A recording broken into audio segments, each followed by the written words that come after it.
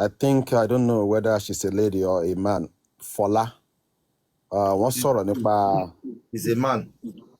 Okay, Mr. Fola.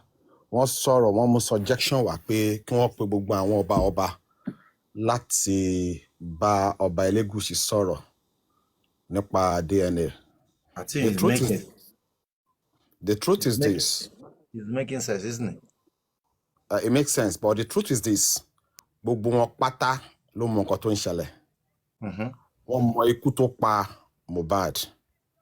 They are all in one agreement. Wọn ò lè jáde láti sọ ikú tó pa Mohbad. We are dealing with one ọba. WhatsApp, white talk, one flag page wa ni ẹjọ́ ẹ má bínú. We are dealing with one king and one politician in this justice for Mohbad. I want to deal pẹ̀lú nìyẹn. You understand? And I can confirm again, Ọba Olu of Ikere Ekiti have called on Ademola Saheed Elegushi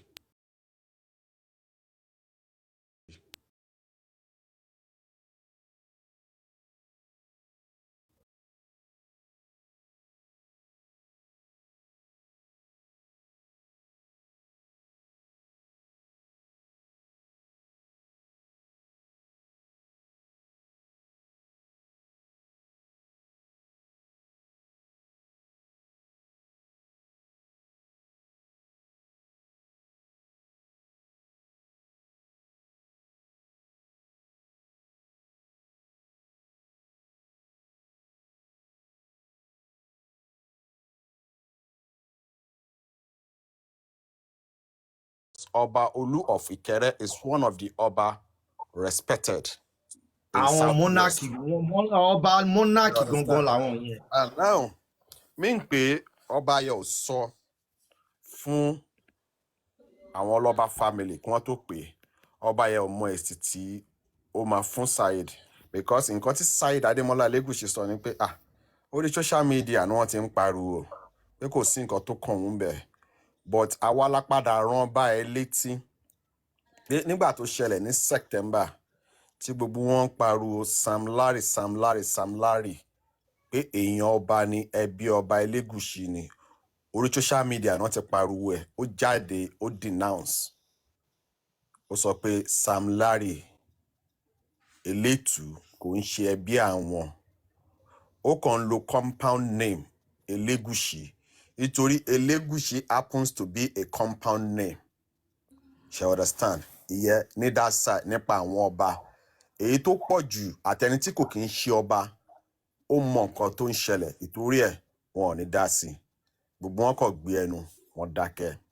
Now let's go back to the paternity. Nǹkan tó mú máa gbọ́ nǹkan tó mú ọba tó fi sọ language yẹn tó fi respond yẹn mí pé ó mọ nǹkan tó ṣẹlẹ̀ lórí ikú Mohbad. Yes, no doubt. Tó bá pé wọ́n ń dárúkọ ẹ ní ọ̀rọ̀ tó mọ́wọ́ tó mẹsẹ̀ ó ní bí respond rẹ̀ ṣe máa rí. Yes, 100. There's no doubt. Àánú mọ̀ pé ó mọ nǹkan tó ṣẹlẹ̀. Ṣé understand? Gbogbo àgbáyé mọ̀. Ṣé understand? Because tí a bá ń sọ nípa ọba is a VIP in our own society. Even in West, ṣé understand? All this monarch, they are very important personality in the community. And the way this name of Oba have been dragged for the last 5 months now, if this Oba does not know anything about the death of Mohbad or in question of this innocent child, 100 Oba Imatijade, but nice he knows a lot. God bless you. He knows a lot. That is why it's not coming out. Let's put that one aside. Now, let's go back to the paternity. Well, it's not court order, and she mistake. It's a motion that the team of Aloba Joseph, who happens to be Barrister Odumosu by then, she understand, and who will continue the case as well. The motion have been moved. They went to Wumi's house. She was nowhere to be found to serve her the motion. Kí ló tó lọ sí party tó ti ṣe party lánàá kan lọ serve ẹ̀ nínú lẹ́tà ń bẹ̀. Hold on, láti sinẹ́. Hold on. Wọ́n lọ láti lọ serve ní that motion. Wọ́n pè lórí aago. Less than 1 minute tí wọ́n sọ̀rọ̀, ó hang up phone. And the date of this hearing of this paternity is going to take place on the 16th of April. That should be on Tuesday. Now, kí ló máa ṣẹlẹ̀ ńbẹ̀? Wọ́n ti fún Wunmi ní chance láti gbà tí wọ́n ti serve ní letter yẹn with the hope that he's going to come up and take the motion. Shall understand? But títí di ọ̀sán yìí kò tí ì gbà. Ìyẹn túmọ̀ sí pé the hearing will come up on Tuesday. And when this hearing come up, who is going to defend Aloba is Barrister Odumosu legal team. Because Barrister Odumosu have been paid 2.8 for the whole case of this maternity. Now, the question is it going to be a one court? No, it's not going to be one court. Because àwọn tó ń defend Wunmi, àwọn náà máa gbéjà wá. It's going to be back and forth. And please, we should be patient. This hearing of motion of paternity regarding to this innocent child might take 3 months, might take 6 months, might take 1 year. We should bear that one. It's not going to be one sitting. Shall understand? That one for that side. And everybody knows why Wunmi Adebanjo. We should be correcting ourselves. It's not Wunmi Aloba. It's Wunmi Adebanjo. It's not Wunmi Aloba. It's Wunmi Adebanjo. Because there is no court wedding between both of them. You understand? Now, The issue is this. We all know why Wunmi called for a court order. Tó bá yẹ pé Mohbad ló lọ ọmọ láti ilẹ̀, Wunmi ò ní láti call fún court order. Ó ti believe pé àwọn ti ra gbogbo bẹ̀yẹ pa ló ṣe call fún court order. But the legal team, who happens to be the legal counsel, Barrister Odumosu, they fought very hard and they got this motion. Now, after they got the motion, wọ́n serve a letter, ó sá lọ. Now, they are taking her back to court. And another reason why Wunmi rejected this, am I a mistake? As a thing stands now, in the face of the law, as things stand now, in the face of the law, the boy belongs to Mohbad. As things stands now, the boy belongs to Mohbad. But from all angles, we know that the boy does not belong to Mohbad. Another point is this. About 4 weeks ago or 5 weeks ago, I want to reconfirm this, that Wunmi went to Ikeja to go and do a private DNA. Tibuki Jesse saw. I want to confirm this. It's authentic. It's authentic. That one is sure, it's authentic. Now, on lo omoye for shield. Omoye lonlo. She's using that innocent child as a shield. That is why everything to Shiri by. Now, what are we expecting tomorrow? Please, I have said this on one platform this morning. Please, tomorrow, I don't want us to put our expectation too high. What is going to happen at the coroner inquest tomorrow? There's 2 people that is certain that is coming to coroner inquest tomorrow. The likes of Prime Boy and Spending. We should not hide our expectation, please, too much. Please. And it's certain, as at this moment, anything can change. The legal team who took over, who happens to be Wahab Shitu, as things stands now,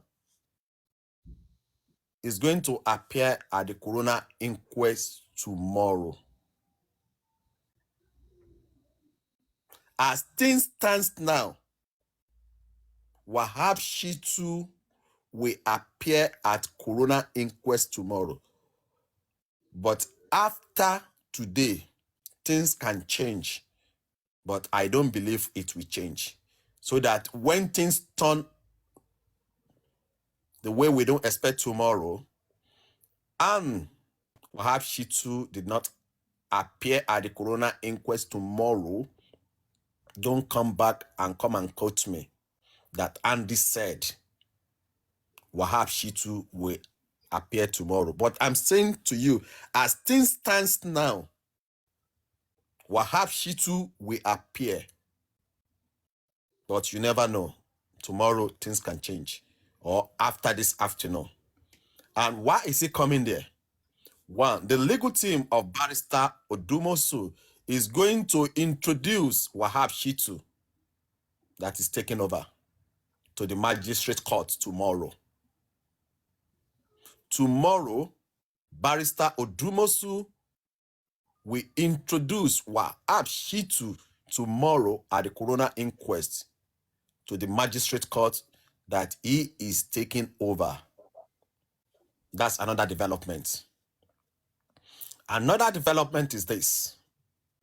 The structure that the public have been clamoring for, asking for, is taking shape. Is what is taking shape.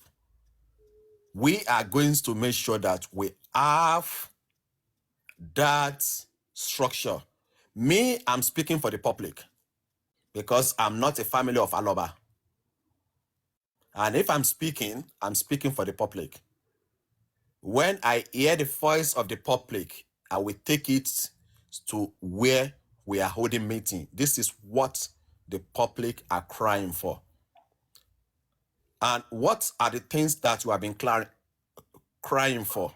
We have been clamoring for a change of Barrister Odumosu. That we want a lawyer that based in Nigeria, based in Lagos. And we saw the step Joseph Oloba have taken by changing his lawyer. When we go back to the issue of the Go Fund, they've highlighted it there. The public continue to be clamoring for a private investigator.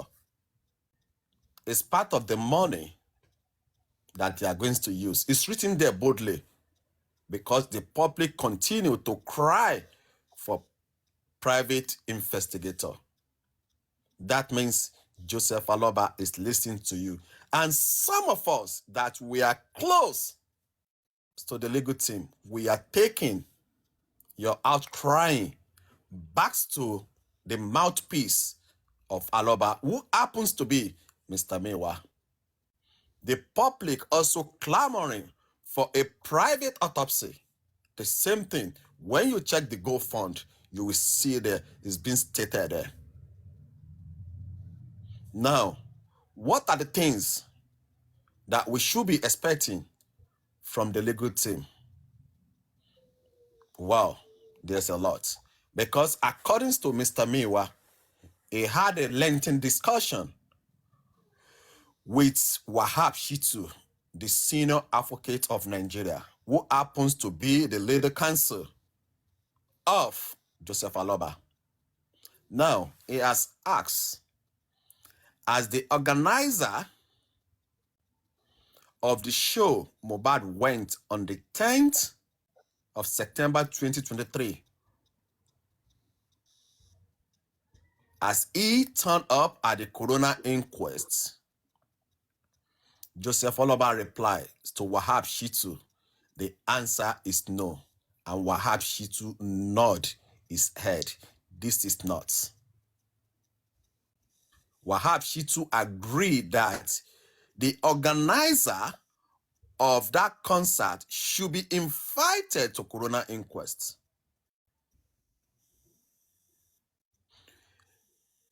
What about the driver of the private or the SUV they rented? No. Wahab Shitu said, no, it should appear.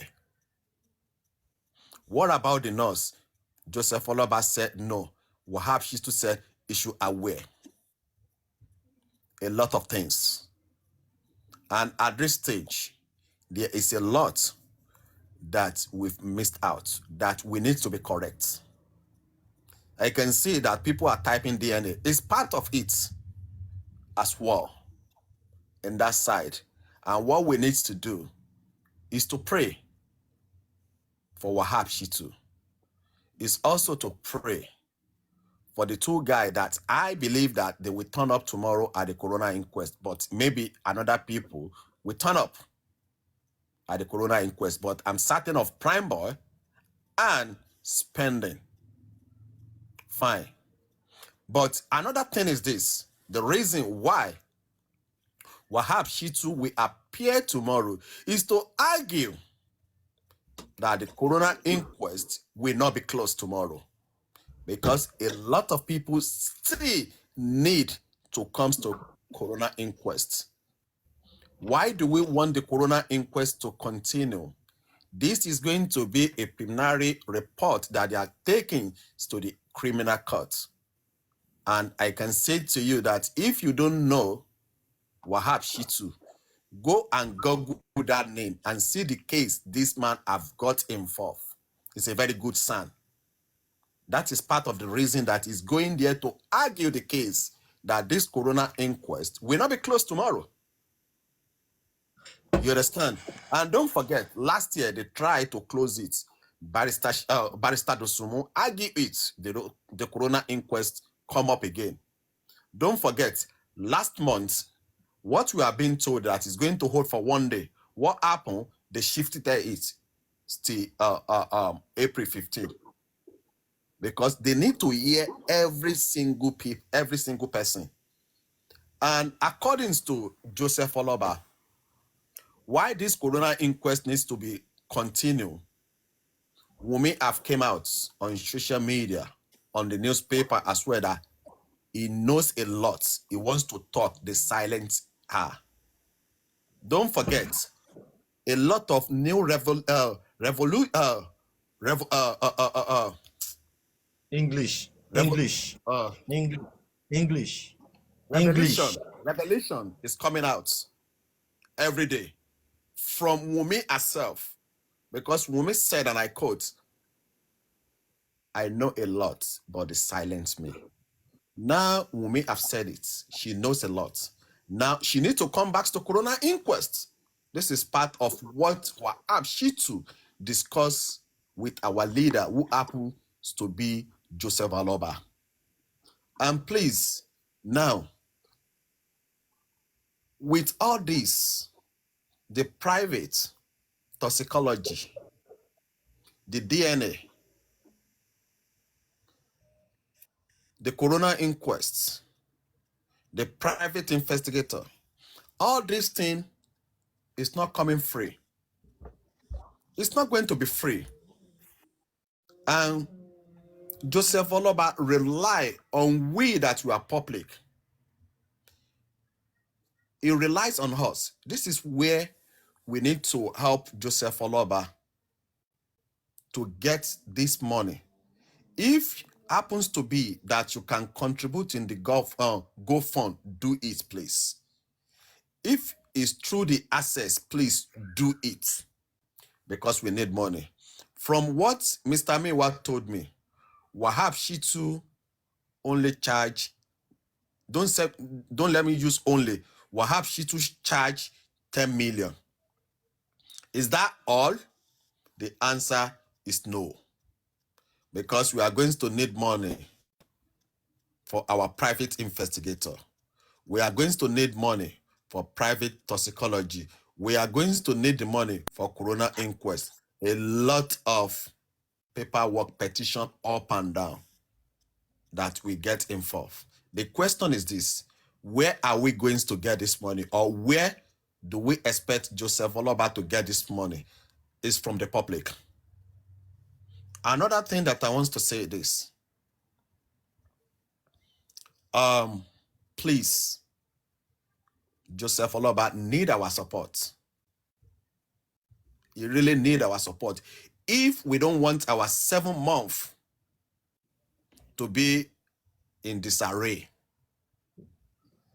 if we don't want our 7 months to be in disarray, Joseph Oloba really need our help, because some of us, we joined this the movement for Mohbad for the last 7 months. Some of us joined in 5 months or 3 months or last year. You understand me?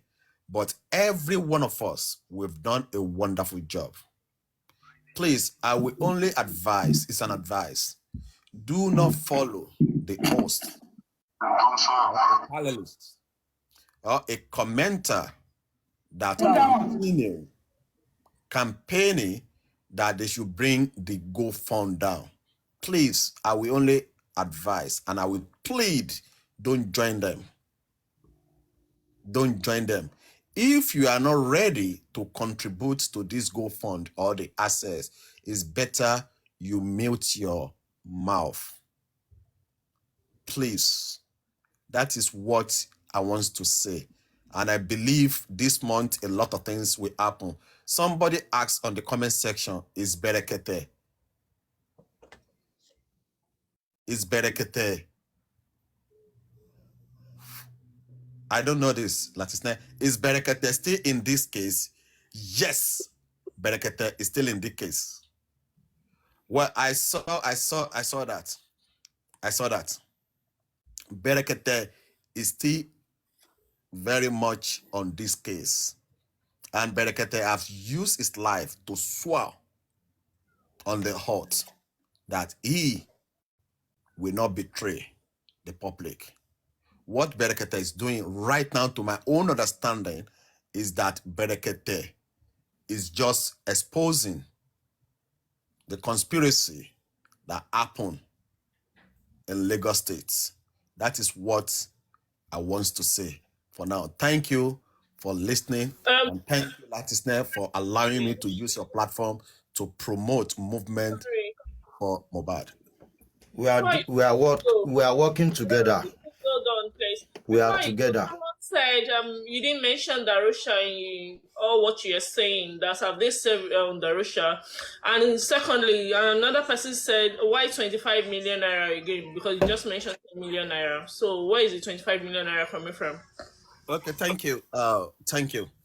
Regarding to Darusha, Darusha have been served a petition already. Darusha will be part of the people, either he like it or not, it will be part of the people that will turn up at the Corona inquest. But I'm not sure of tomorrow. But definitely Darusha is coming back to Corona inquest. That's that side. Regarding to 25 million, we are not even talking about 25 million now. More money will be spent for this justice for Mohbad. Now, I've just said now, what Wahab Shitu charge was 10 million. Now, are we not going to do a private toxicology? We will. Are we not going to do a private toxicology? We will. What about the logistic money? And Andy, A lot. my own suggestion. Baba ma so ye price te fún àwọn people in public. No. Hold on, Latisne. Hold on. This is a transparency. We need to be transparent. People have been shouting accountability. They have to. People have been asking for accountability. Let me just bring my handouts here. Yeah, out. yeah, that is Samolari at the party. Mo commenting. That's Samolari. I just want to quickly check my notes. Let me quickly go to my notes so that I will be okay. Now, if not this. Sorry, I have a lot of notes. I just need to make sure that I'm bringing the right one out. Well, if you check out the GoFund have been updated since yesterday, and it stated out clearly what the money will be need for. And I just want to bring it out here. There's a lot on my notes here, please. Okay. Now, the GoFund stated out here, if you check under the GoFund, because the GoFund have been updated to pay all the legal fees, to conduct all preliminary tests related to the case, such as DNA, autopsy, and toxicology. 3, to engage the service of private investigator. 4, to engage the service of pathologists. 5, accommodate costs related to getting suspects and witnesses to the coroner inquest and criminal courts. 6, to defend late Mohbad estate, property and royalty, etc. 7, settle all ancillary costs related to the case. All these things need money. This is not about 25 million. This is not about 10 million. And people continue to be contributing. And we will continue to be contributing, because this case is not a case that we think maybe by next month or tomorrow everything will end. No. We still have a continue. It will continue. Aluta continua Victoria Asata. I hope I'm able to clear that one in that area. You understand? And that should be enough. You understand me? And regarding to what you said, Latisne. Mori. Okay, yeah. Yeah, hello. Sorry to interrupt, Mr. Handy. Latisne, thanks for the privilege given to me to come on your platform. Thanks to all the panelists for the great work you guys are doing. I've been, listening to all the conversation, and I've joined the, what's it called, movement since the demise of Mohbad. So I've been from one host to another. I've been always there in the comment section, supporting who I could. But of recent, based on this GoFundMe, I just want to ask, is Berekete not supporting us with lawyers in the first place, Mr. Sandy? Because I believe there's a reason why we approach Berekete in the first place. Is he not supporting us with lawyers? I want to find out. Because there have been conflicting information since about 4 days now. You have voting, and you're encouraging people to go for the GoFundMe. I appreciate that. We are all here to support Baba Mohbad. However, before we approach Berekete, there was a reason for us to get there. And why does it take us so long before we come up with a decision to set up the GoFundMe about 4 days ago? That's why I got confused. And there have been information people are sharing. There have been different energy and narratives around this, whereby somebody said, I learned maybe from Crunch Queen or so. I love her energy. But she came up and she was like, oh, people who don't support the GoFundMe, they are anti-justice. That information or that statement which she mentioned, I wasn't happy with it, because I'm one of the people who believe so much in this movement. But when I hear that, I really got pissed off, because that shouldn't be the case. I believe even among the host and everybody, there should be transparency for all. There should be accountability. And before they actually go ahead with that GoFundMe, it should have been, we should have all reached a common ground. We are all in it together, and we want the movement to be actioned. However, why is it just sudden? Why haven't we implemented that for long? I hardly come on people's platform to speak, But because I hear from, you are just breaking it down. I haven't had the opportunity to hear all this from Mr. Handy, or to actually, I've just been hearing, you know, from, I didn't hear it directly. But the opportunity, because you come up today and you're able to talk about it, that's why I decided to join in. The question is Bereket not supporting with lawyers? Why does it take us this long before we decide to implement that?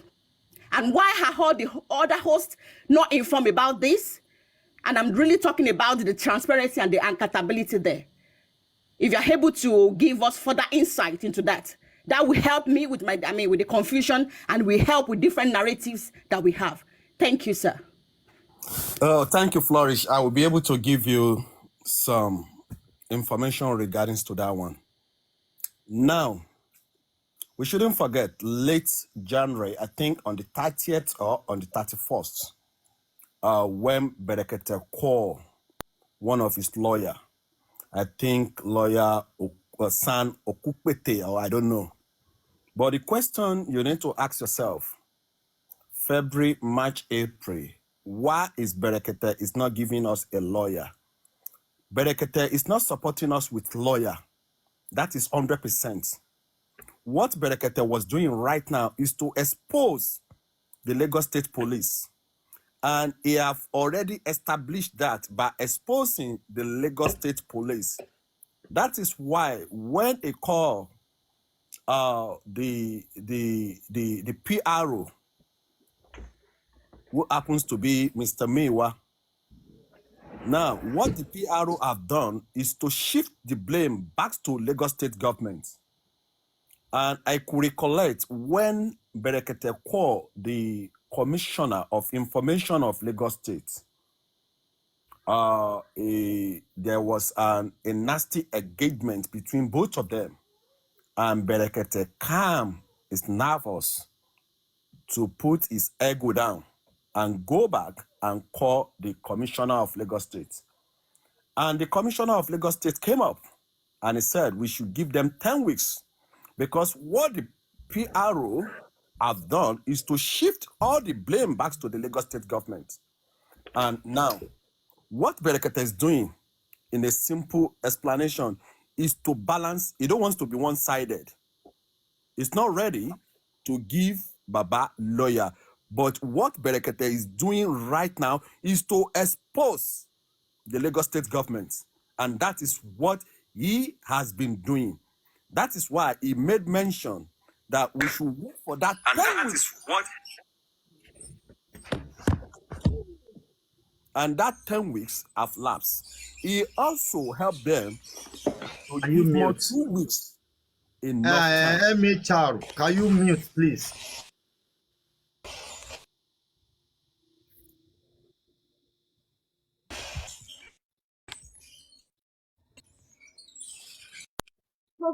And now, that one is that side.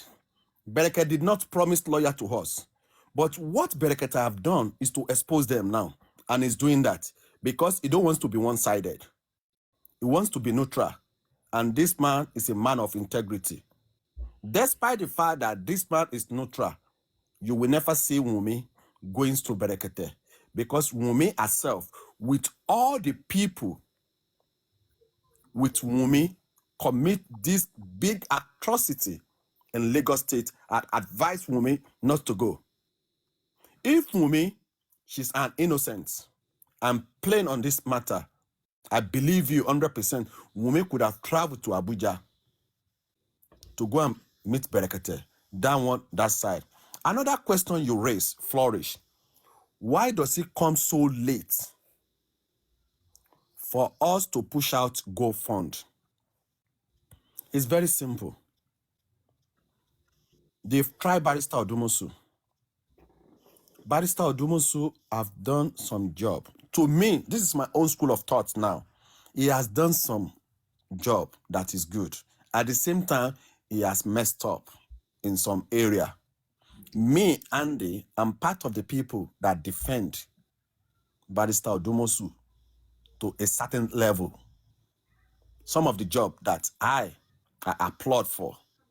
But when I sat down with those people knows law very well, This is not lawyer on social media. When we sat them down and we talked together, they brought out some mistakes. One, the legal team of homicide case needs to be on ground.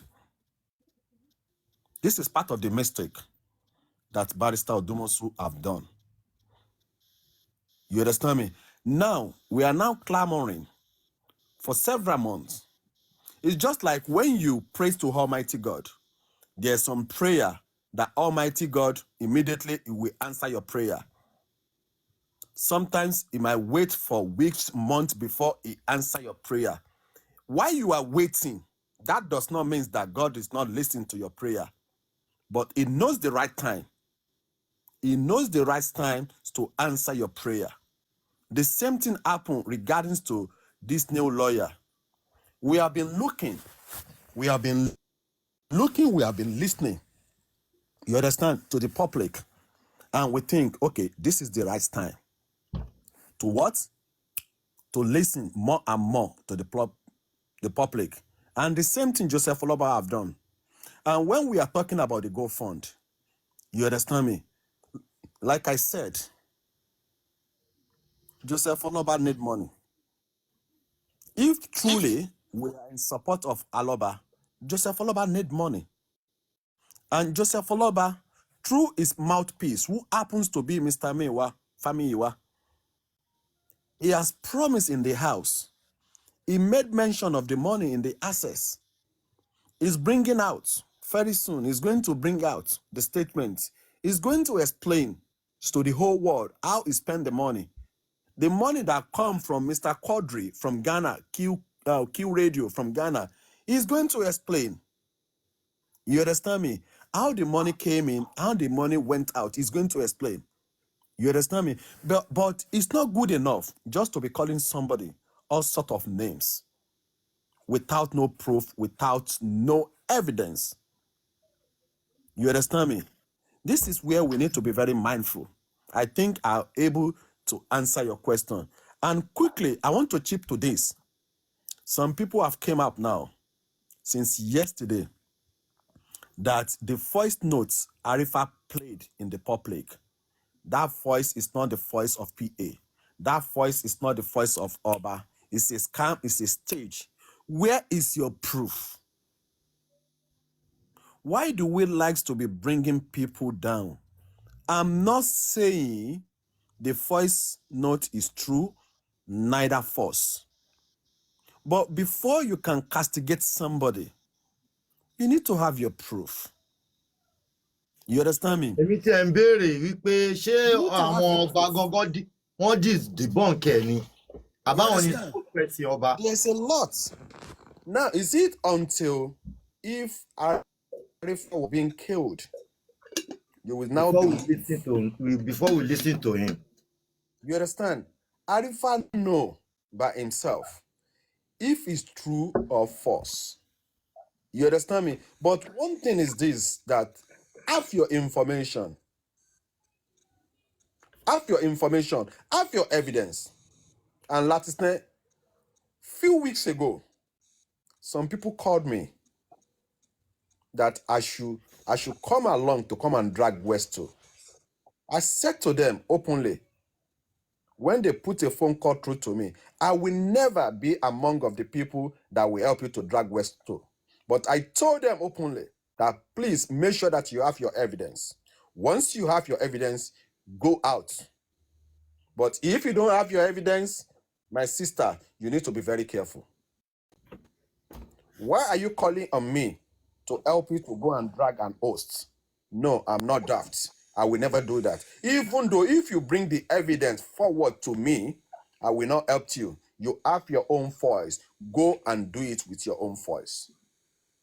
It's very simple. Now we come back to voice notes. I heard about this voice note. Arifa told me that somebody called PA. Simple. What audacity will I have to be questioning, scrutining Arifa? It's not my line they call. It's Arifa line they call. That's what he said to me. Now it's up to me to believe or not to believe. But it's not up to me to come on social media and be telling the whole world that it's a lie. It's a lie. It's not my business. It's not me, the call. It's not me that brought out the voice notes. If it is me, I brought out the voice notes, I will be able to defend this. But this is the person they call. For God's sake, we should stop dragging one another. Me and Guresi, behind closed door, we fought. Me and York, behind closed door, we fought. Me and Miwa, behind closed door, we fought. A lot of them. That is where it's going to end. Latisne, do you want to say for the last 7 months? No, let me cut it short down now. For the last 5 months, do you think I'm going to tell you that me and Gures, we don't fight? It's a lie. Dada. Me and me, why we don't fight? It's a lie. Èmi àti bàbá Mohbad gan jà. And York, we don't fight? It's a lie. But have you ever seen any one of us coming on social media to come and drag ourselves? No. The answer is capital no. It's very simple. Láì ṣe èèyàn máa ṣùwà bí childish. Yeah. In fact, behind closed door, we call ourselves all sort of names. Mi ò tẹ́ ẹ̀ mọ nǹkan tó dé tán fi wà bitter fún Westo. Wọ́n, they are too bitter. You understand? You know, they are Call too ourselves. bitter so. We call ourselves all sort of names behind closed door. It's very simple. But you will never see us. This name that I made mention, you will never see us to come and drag ourselves in the public. Wàláì mo bá bàbá Mohbad jà lẹ́yìn. Ṣé ẹgbẹ́ rí lójú mi àbí ó ló limit pé Baba mo bá bàbá Mohbad. Mohbad jà? Last week, we called Baba Mohbad.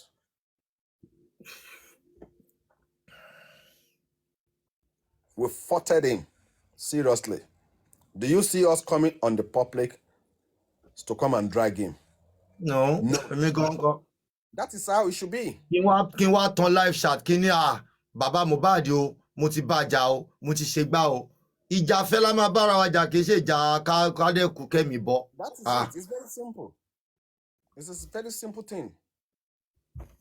You understand? But Thank you very much. thank you O very ṣe much. Andy. Thank you my brother. Àjàyè la máa jà, ní jàjẹ́ bí lágbára Ọlọ́run. Dẹ̀ ní fọmọ wa dé, ní fẹ̀mí ara wa gan di lágbára Ọlọ́run. Perry ṣoṣù wa ń bẹ̀ ní àbútí lọ. Bọ̀dá Kúnlé. Ní fẹ̀mí ara wa dé o. Ẹni bá ní àní gba justice ẹ̀yìn yẹn láti máa gbà. Kò tá bá rí justice yìí gbà is a big slap to us. Is a big slap to youth. Amarigba. You know? Amarigba. Lágbára Ọlọ́run. Èmi gan dé mi gan lójú níbi tá à ń bá dé yìí. Ó dá mi lójú a máa drag anybody ni. Ṣé ẹ̀ńtrẹ́tì wa pé òkè ká má wá sí Nàìjíríà? Ó dá àwa. Nǹkan dẹ̀ máa ṣẹlẹ̀ sí láti bí báyìí. Òkè ń retí pé tá a bá ti wá Nàìjíríà petition tẹ kọ ẹ gbé wa. Èmi ò wá kọ́lé sẹ́kọ̀ọ́. Kábọ̀s bọ́ sí mi ní dádúgbò yín. Kábọ̀s bọ́ sí mi ò rẹ̀ lè lé mi lẹ́kọ̀ọ́. Èmi máa wá sí Èkó. Mo dẹ̀ ń bọ̀ oṣù tó ń bọ̀ ìmọ̀ ń bọ̀ lẹ́kọ̀ọ́. Oṣù tó ń bọ̀ ìmọ̀ ń bọ̀ lẹ́kọ̀ọ́. Mo ń bọ̀ for 1 week. So ẹ̀yin kọ́ lẹ máa lé wa lẹ́kọ̀ọ́. À ń fọ ìlú wa mọ́ ni. A gbọ́dọ̀ fọ mọ́. Ẹ yé hùwà ibi. Ẹ yé hùwà ìkà. Ẹ yé pààyàn jayé mọ́. Nǹkan tá à ń sọ fún yẹn, ẹ yé pààyàn jayé. Apanijayé ni yín. Ẹ yé pààyàn jayé. Tó bá pẹ́ gbọ́ ọmọ yín lọ́wọ́ ọmọ yìí. Tẹ́ ẹ gbọ́ ọmọ yín lọ́wọ́ ẹ̀. Tẹ́ ẹ pa ní máa drag nǹkan tá à ń drag yìí. Ẹnu ẹ̀ ti rí nǹkan tó dá sílẹ̀. Ẹ yé pààyàn jayé. Kò dìgbà tá a jẹ èèyàn ká tó jẹ èèyàn. Kò dìgbà tá a jẹ èèyàn ká tó jẹ èèyàn. Wọ́n níbì kan wà ní Lagos Island yẹn ní Ìkòyí yẹn.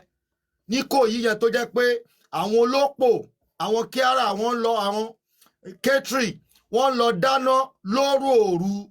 Èèyàn dẹ̀ ni wọ́n lọ sè. Èèyàn ni wọ́n máa ń lọ jẹ níbẹ̀. Èèyàn ni wọ́n ń sè ni wọ́n ń jẹ. Ọlọ́run dẹ̀ sì máa túnú àṣírí ibẹ̀ yẹn náà. Wọ́n níbì kan wà nínú Ìkòyí yẹn, nínú àjà yín yẹn, sorry, àjà yín yẹn, tó jẹ́ pé àwọn olópò tó ń lọ dáná ń bẹ̀. Èèyàn ni wọ́n lọ dáná lọ sè. The same thing ó tún wà ní Festac. Wọ́n ní kan wà ní Festac. Èèyàn ni wọ́n máa ń lọ sè níbẹ̀. Èèyàn nígbà ayé Timothy Adégòkè ìgbà yẹn làṣírí ibẹ̀ yẹn ti tú àríjọba tó lọ ṣe investigation kankan ẹ yé jẹ èèyàn mọ́ màálù ò tí ì tàn lórí ilẹ̀ ẹ lọ máa jẹ màálù à pa màálù anẹ́ṣẹ̀ lọ́dọ̀ Ọlọ́run a tún pa èèyàn tọ̀ ìtàlókù Oríyọmí mò ń bọ̀ Adésínà ṣe ti sọ̀rọ̀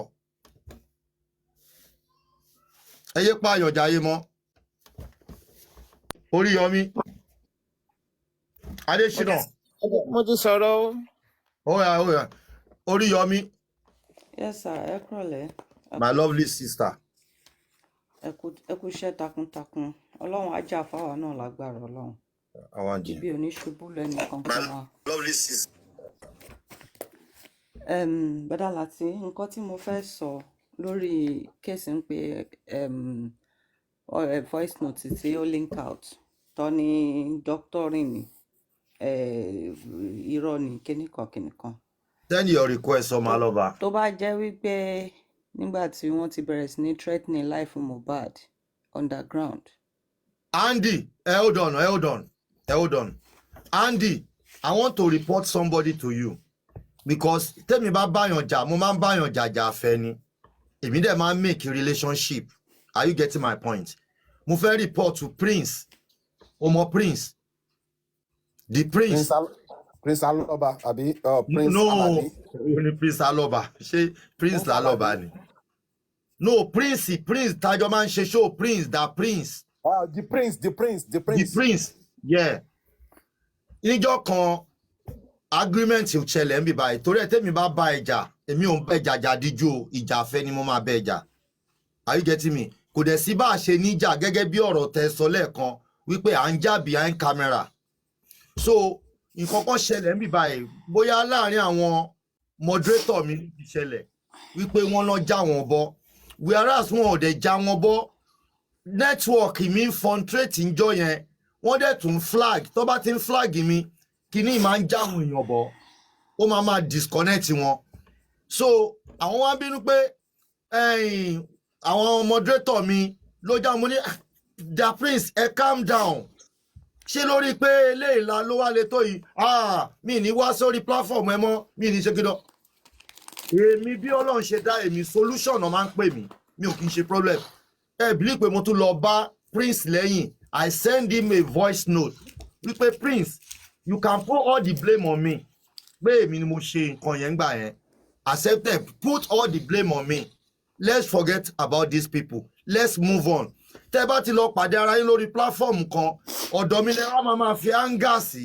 mi ò dẹ̀ lè like ẹ̀ torí mi ò ń lọ sórí platform tó ti máa bà mí nú jẹ́ ẹ ti understand so mi ò mọ ẹni tí wọ́n rí fáàsì nínú àwọn moderator mi mo dẹ̀ bẹ̀ máa títí níjọ́ kejì mo tún send the request ó ń wo show wa báyìí o bí n ṣe tún rí pé ó ń wo show ni mo ṣe tún sọ̀rọ̀ yìí mo tún send the request ó dún decline request mi kí lè ṣàdán tá a bá já ìta àparí ẹjọ́ ò la fẹ́ já ṣé tí Yorùbá bá ti ní misunderstanding ká dẹ̀ para wa lókù ni ṣé a gbọ́dọ̀ ní misunderstanding ṣé tí Yorùbá bá ti ní misunderstanding ká dẹ̀ lọ pa wọ́n dànù ká pa ẹni yẹn dànù lókù báyìí because tí ó bá jẹ́ bẹ́ẹ̀ lẹ́yìn tí mo lọ bẹ Prince tí ì ṣe pé bóyá a dẹ̀ fẹ́ gba gift a fẹ́ gbà wọ́ọ̀dù lórí ọ̀rọ̀ tá à ń ṣe yìí àjọ ń ṣe é ni ṣé nǹkan tí mo ṣe yẹn ṣé mi ò try.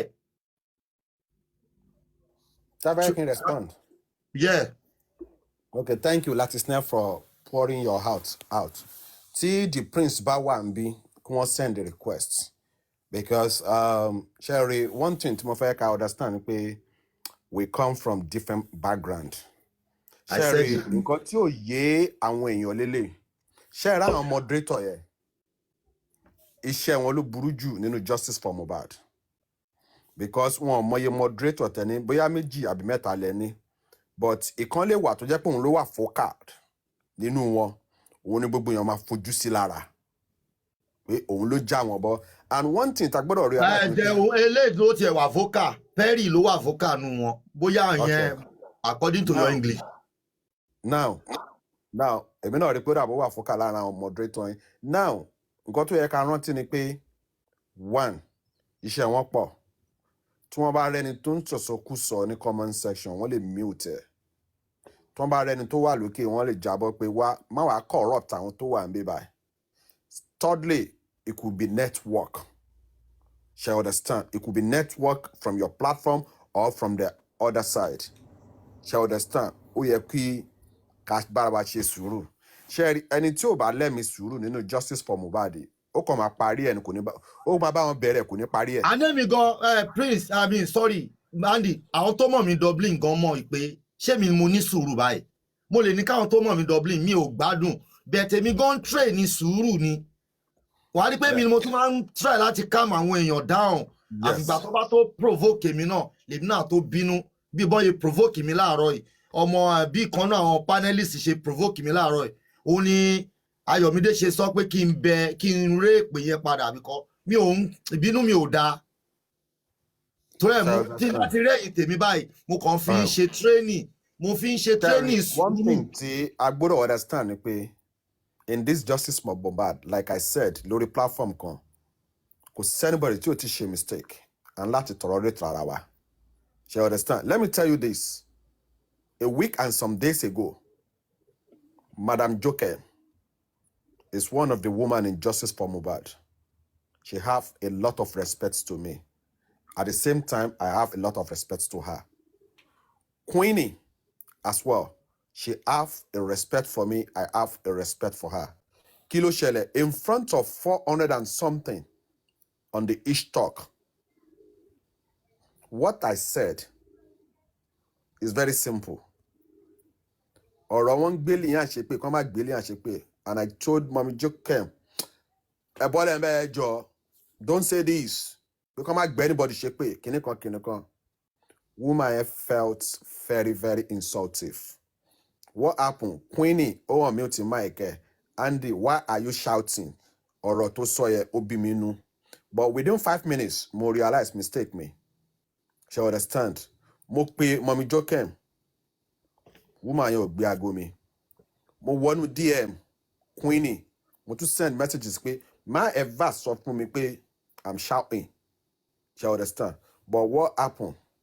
Ìgbà tí inú wọn wálẹ̀, mo pe Mommy Jokem, ọwọ́ kan ló gbé aago mi.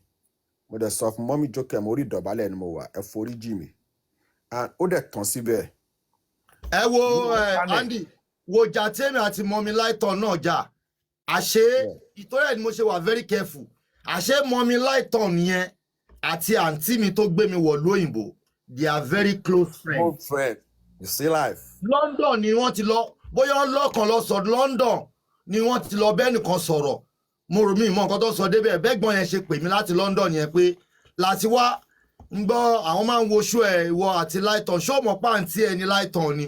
Mo ní báwo làǹtí mi ṣe, báwo ni Lighton ṣe máa jẹ́ àǹtí mi. Wípé Lady Lack àti Mommy Lighton wọ́n jọ jayé 80s ní London ní now.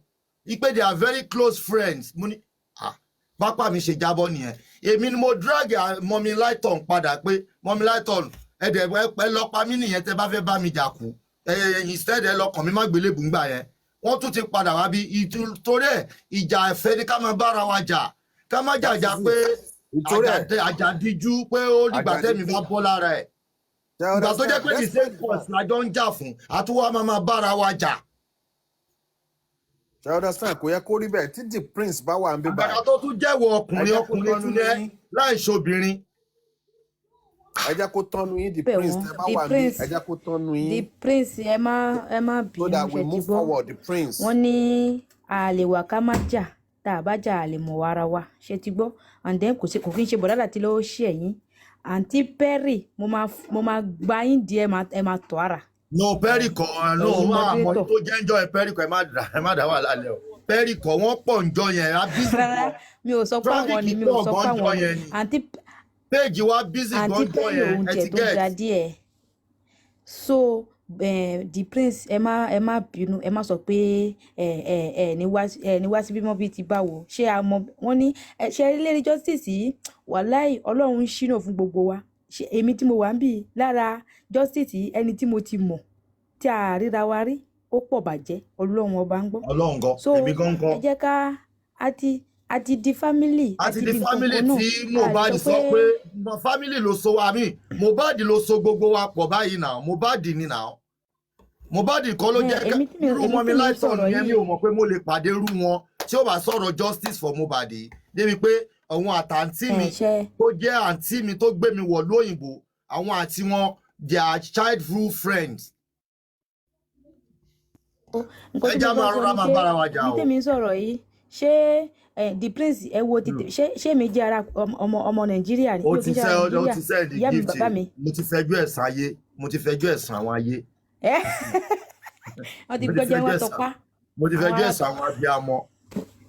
the prince àwọn ará tọpá tẹ wọn bá ti wà gbé ń bẹ ẹjọ́ yín send wọ̀dọ̀ wa request kí mi ẹ má bọ́lẹ̀ bínú o. ṣe ti gbọ́ the prince ẹ dákun ṣe ti lọ gbọ́ ẹni tó tiẹ̀ lè bọ́lẹ̀ ọlọ́run wá á ó wà yá pẹ̀lú yín o ìyẹn ti lọ ó ti lọ àbẹ́mi ṣe máa ń báyàn jà ń tèmi ò lè nẹ́mi ẹ jà ṣé o àyàn òyòjọ́ ọmọ mo dá kẹ́kẹ́ lè mi. láti tí ẹ bá ní access ẹ send a request sí the prince tán bá wà ń bẹ. Mr. abẹ́bẹ̀rẹ̀ question lọ́wọ́ yẹn máa ń lọ ẹ jọ̀ọ́ jẹ́ sáré bèrè kémi bọ́lẹ̀. bọ̀dá kúnlẹ̀ ẹ̀yin ẹ̀yà mi láàyè yín bọ̀dá. the prince àbí Andy mo fẹ́ torí títí mo gòkè gangan tẹ bá ti wá sókè ẹ ti máa ń sọ english jù ṣe mọ̀ pé àwa àgbọ̀ english ẹ̀rí máa ń fọ́ wa ní tẹ bá ti bẹ̀rẹ̀ báyìí. Good evening, everyone. Good evening, everyone. Mo bẹ́ẹ̀ anybody jà o, ọmọ yẹ́jẹ́ lèmi o, to be sincere, mo kì í báyàn jà at all. I don't even like trouble, that's why I always stay on my lane. No, Robocop ní ilẹ̀ kì í báyàn jà. Robocop ní kò ní báyàn jà. Yeah, do you know what? What actually happened is that mo kò sí anybody tó mọ̀ mí bí. Sorry, jẹ́ kọ́ everybody. Handy, big bold, Adesina, Oye, whatever, Ọmọ Alọ́ba, Oríyọmí, and Ayọ̀mídé, and Olórí Ẹbí. Okay, although I'm very busy. Àwọn commenters ń kọ́. Àti gbogbo ẹ̀ fún wọ̀nyí lépè ni. Mi mọ̀ pé àwọn èèyàn mọ̀ mí. Prince ẹ máa kújọ́ mẹ́ta kẹ. Ta ló ń sọ̀rọ̀? Perry. Owó gangan ni, ó ṣe orí ó mọ̀ kan tó ṣe, wáyé tó ṣe á ń kí mi. Ó gbàdọ̀ Èmi kọ́ mo drop yín ẹ máa gbà mí. No. It's not. Do you know this case? Kò yí ṣe kata ta ni la fi drag. Do you know? Sorry. No, ìwọ ọ̀tọ̀ ní nǹkan tó ń sọ wọ́n ní kó farabalẹ̀ ọ̀tọ̀ ní nǹkan tó tún sọ. I'm not. You know this thing is not. Kì í ṣe nǹkan kan ló ń wá sí orí platform. Kì í ṣe nǹkan kan la tẹ́ pé when we talk.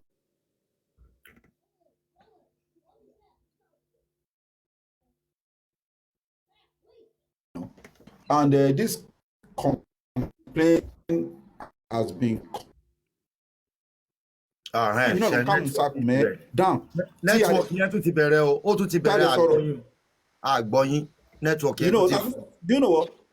Sure, pé mi náà ló kàm sack tí mo ní tó ní tá a sọ fún sack mi pé ẹ má bá àwọn obìnrin argue lórí platform mi. And pé mi àtẹ́tí sọ̀rọ̀ lẹ́yìn láti pé.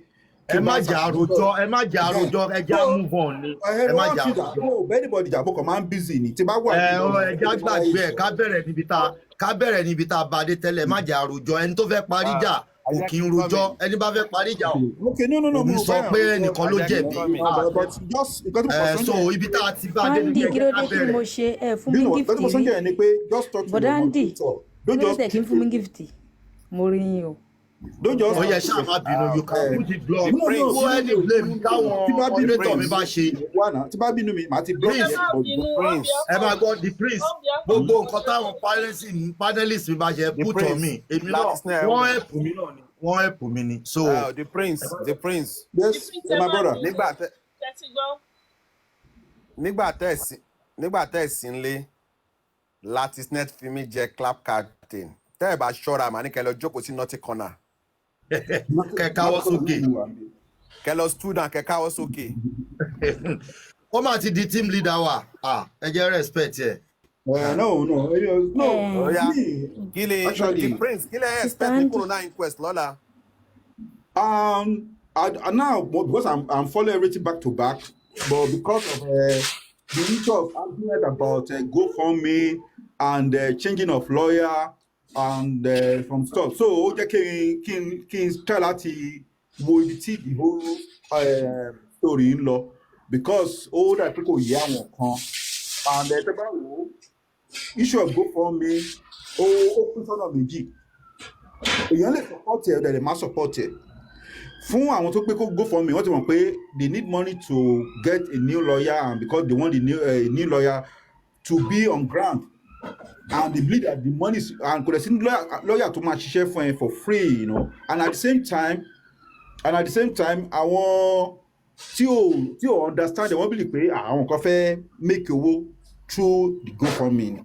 So ibi tó kọjú sí everybody ló yàtọ̀, and because the issue has been going on, argument has been going on over it, so that's why lájọ́ ti bẹ̀rẹ̀ story yẹn mi ò tí lọ sórí platform kan láti make comment, because we want to wait till tomorrow to see maybe the new lawyer and the old lawyer, maybe they'll be able to perform and give us what we want, because I just want to kini wọ́n ti fún wa ní nǹkan tó ń fẹ́, and the witnesses, they've not the witnesses, and they want to sọ nǹkan tó yà àfẹ́ gbọ́lẹ̀ nù wọn, because according to the story tell me more, gbogbo àwọn tó kọ during the first corona inquest, gbogbo àwọn tó kọ statement wọn ni wọ́n change, because gbogbo statement wọn náà change láti Perry, please move, Perry. Yeah, gbogbo statement wọn náà change láti fi favour Wunmi.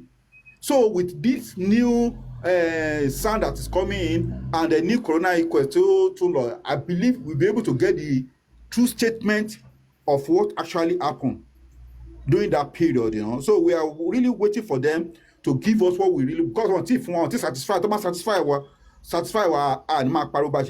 still want to move forward, we still want to hear more, we still want to know what happened to this to Mohbad, we still want to know the actual father of Liam, we still want to know maybe Mohbad only property or because the property. So to buy involved, our lawyers here they should try to work out. They have to do everything. They have to do everything, and they really have to work very hard and smart, because a more brief way, won't compromise one way or the other. They won't compromise because they want one active enough for KC. So and then when you're there, we pay okay on something different. So that's my own view about the corona inquest that is coming tomorrow, you know. And I believe people are involved. You can't share the right thing. So that's what I have to say. Can I talk now? Oriyomi. Hello. Mommy, Perry, please mute. Oriyomi. Perry, Jaba mute. Yeah, Oriyomi, hold on. Jẹ́ kí mommy network mommy ó yọ lọ́hùn máa ń frustrate. Mo ṣe network mo ṣe dá sorry. Okay, kò sí wàhálà. Ẹ ṣé mo dúpẹ́ network yìí ti dá èmi bọ́ ti tó ẹ̀mẹ́ta ẹ̀mẹ́rin. Bẹ́ẹ̀ ni mo tún padà léraléra. Ṣé rí nǹkan tèmi kàn fẹ́ sọ ni wípé kí ọ̀rọ̀ yìí kó tẹ̀ tó di báyìí kó tó dé ibi tí à ń dé yìí. Àwọn ará bí wọ̀nyí wọ́n ti wá sí orí platform èèyàn kan mi mọ̀ bóyá arífà ni bí a ṣe bẹ̀rẹ̀ ní ìdáwọn mọ̀ ń gbà yẹn. Tí wọ́n wá ń sọ wípé kí wọ́n lọ contribute sí ọ̀dọ̀ ti àwọn tí gbogbo wa kó ta kẹnu bò wọ́n níbẹ̀. And I'm sure wípé tó bá jẹ́ ọ̀dọ̀ wọn ni a ti ní ká ṣe GoFund yìí. Ariwo ò ní sí. Nǹkan tó kàn yẹn ká máa béèrè fún ni wípé a fẹ́ transparency àti honesty. Kì í ṣe wípé why now la máa béèrè fún GoFund. Téèyàn bá ti lè ṣe òtítọ́ kò síbi tí wọ́n ti ń contribute owó fúnrú nǹkan báyìí. So ẹ má dá wọn lóhùn, ẹ rí wípé gbogbo wọn tí wọ́n sọ pé kán má dá kínní, ẹ lọ wò wọ́n, ẹ lọ wo èdè wọn, ẹ lọ wò wọ́n láti bẹ̀rẹ̀ wá, ẹ wo orú ibi tí wọ́n ti wá most of them. Ọ̀nà kó lè jẹ́ wọn náà máa gbògo, àwọn lọ́wọ́ wà wájú, òun náà ń wá. And Ọlọ́run ló máa gba gbogbo ògo. So ẹ má listen sí wọn. Tí conscience èèyàn bá ti dáàyàn láre wípé mi ò ní nǹkan kan ṣe. And ó dẹ̀ dàbí Mr. Andy ṣe sọ̀rọ̀ wípé oye báyìí ló wà fún lọ́ọ̀yà. Because oye tí wọ́n yìí sọ yìí gan pẹ̀lú gbogbo bá ṣe ń wò ó. Torí òjò tó ń rọ̀ ni Ọlọ́run ló yìí mọye ẹni tó máa pa. Ìrìn àjò yìí Ọlọ́run ló yìí mọye owó tán máa need. 24 tó dàbí òkè ìṣòro lójú wọn tán pariwo fún yìí kò ilé tó nǹkan kan. And wọn ò dẹ̀ force anybody pé dandan àfokùn sí ẹ lọ́rùn o kó wá dáwó ẹni tó bá please ni so wọ́n pariwo ẹni tí ọ̀rọ̀ yìí bá mú lára tó bá fẹ́ ìlọsíwájú oyè tán bá ní wọ́n á fi sí wọ́n ti sọ pé téèyàn kankan ìbàjẹ́ $1 £2 ó yẹ kíye tó ní kálukú ní ẹni tẹrẹ èjì kéré ó máa dòun but pẹ̀lú ìlara ni ohun tó fi ń ṣe ọ̀rọ̀ yìí ẹ má jí sọ̀rọ̀ wọn ẹni tí ọ̀bá dé yẹ kẹ́ tiẹ̀ tún explain fún torí wọ́n máa fi ọ̀rọ̀ gbọ́ ọ̀rọ̀ wá ọ̀rọ̀ láti mọ ọ̀nà tó máa gbà dí ọ̀nà ni ẹ̀ẹ́dẹ̀ lè dí ọ̀nà yìí kò ṣeé dí torí ọ̀rọ̀ ẹ̀mí là ń sọ yìí ọ̀rọ̀ ẹ̀mí là ń sọ kì í ṣe ọ̀rọ̀ pé àwa ṣe competition àwa jà àwa fẹ́ gbowó kan kájọ ìyà àjàlá máa bẹ́ kiri kájọ ìyà àjàlá ká máa drive all over the world ká má lè ṣe show láti inú kí ló ti ń pè hòtẹ́ẹ̀lì ká máa sùn lórí driving ká máa lọ kiri káwọ́ máa di àwọn èèyàn kan máa bá ìrìn àjò jẹ́ ẹ lè rí bàjẹ́ wà láìtàlá ẹ lè rí bàjẹ́ mo fi ọlọ́run tí mo ń sìn mo fi búra ẹ lè rí bàjẹ́ àfẹn tó bá fẹ́ kó ń gbọ́mọ sí àná tó bá dẹ̀ sọ wípé ohun tí àrífà tí wọ́n sọ fún yẹn ipò ṣe kìíní kan ẹ má forí yín gbé pé ọ̀rọ̀ pé èèyàn kan máa wá síbí wọ́n máa plead wípé kán ṣàdúrà kán ré èpè èpè bá pa ẹni tó bá ṣe bí ẹni tó bá rò tó ń lẹ̀ tó bá fi ń pe gbogbo wa la gbọ́ kinní yẹn lánàá wá ètè èèyàn kan máa tún lọ síbì kan mo give credit to woman tí ó ń béèrè question lọ́wọ́ lady yẹn pé ó dá mú proof ẹ wá kò rí mú ẹ wá ní kán má sọ̀rọ̀ sí i ẹ jẹ́ kó ní kálukú lọ ṣàgbéjẹ́mọ́wọ́ o ìrìn àjò yìí àti ìmọ̀bi tó ń lọ ibi dáadáa dẹ̀ ló máa já sí pé owó kan yìí tó bi lójú yín èló ni ẹ jẹ́ kẹ́ni máa ṣe tẹ́ ẹ̀ bá ṣe kẹ́kọ̀ọ́ra yín dẹ̀ sọ̀hún kẹ́ bá di wa lọ́nà àlè bá répété encore ranting every time we haven't got enough time for all this nonsense all we need is justice for Mohbad who killed Mohbad we need autopsy and DNA. Thank you very much. Thanks for having me. Let me go down. 1 minute. Mama Àjọkẹ́. 1 minute. Ayọ̀mídé 1 minute. Hello, ẹ sọ̀rọ̀. Hello, Mr. Latisne. Kí ló ṣẹlẹ̀? Ṣé mọ ohun tó ṣẹlẹ̀ ni wípé ṣe rí máa kan ó lọ sọ́dọ̀ ó wà níbi show kan. Kó máa pe àwa tá à ń dá GoFundMe ní fools. Ṣé ẹni náà ó ṣe orí burúkú ni?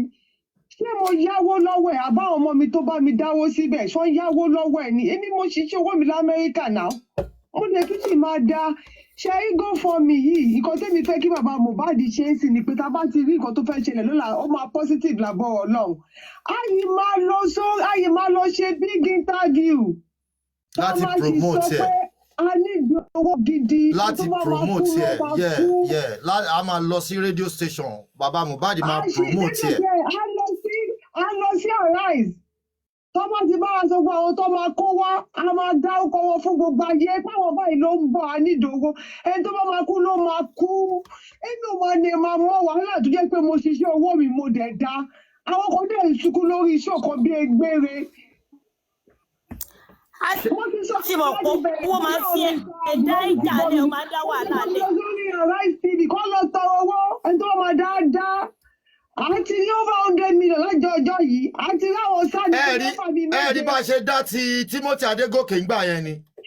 mo ti ń tẹnu mọ́ pé ẹ lọ sórí Arise kẹ́ lọ tọrọ owó àwọn tá a máa dá ní ògùn olóyè anybody Mr. Latisne mo ṣiṣẹ́ owó mi l'Amẹ́ríkà ni mo dẹ̀ gbádùn ayé mi pẹ̀lú owó mi tó bá dẹ̀ mi ni màá fi sí.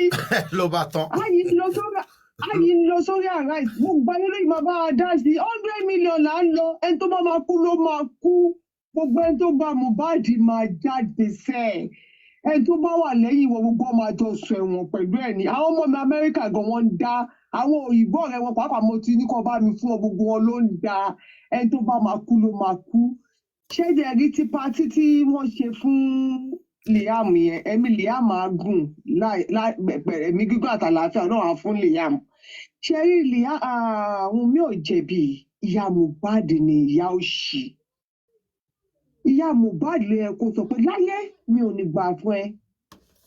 ìyá Mohbad ò jọ màmá tó bí mi kò jọ màmá tó bí mi. Mùmí ò bá dẹ̀ wá gba létí tí Mùmí ò bá dẹ̀ wá gbọ́ sí lẹ́nu ó jẹ́ kí Mohbad má lọ síbẹ̀ ni Sherry, Wunmi èmi ò ní blame ẹ̀ ní party yẹn púpọ̀.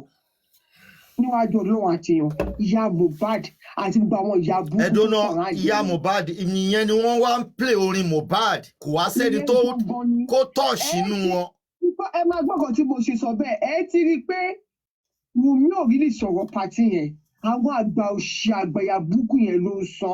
Àwọn òye tó dé ẹ̀kọ́ Wunmi gan wọn ò lè ṣe tiwọn bẹ́ẹ̀. ẹgbẹ́ ń bọ́lẹ̀ fẹ́lú. Tó ṣẹlẹ̀ sí Mohbad tó bá ní olú ọmọ nílé bó ṣe máa ṣẹlẹ̀ fún wọn nìyẹn. Ẹ ti rí i pé Wunmi kọ́ ló fẹ́ ṣe kinní yẹn.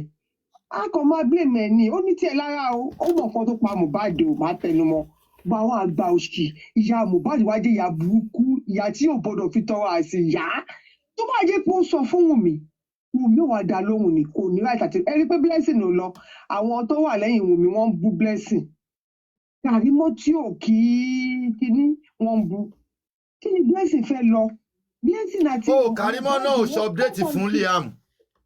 bẹ́ẹ̀ ni Blessing àti Mohbad they are 5 and 6 Blessing lose àbúrò ẹ̀.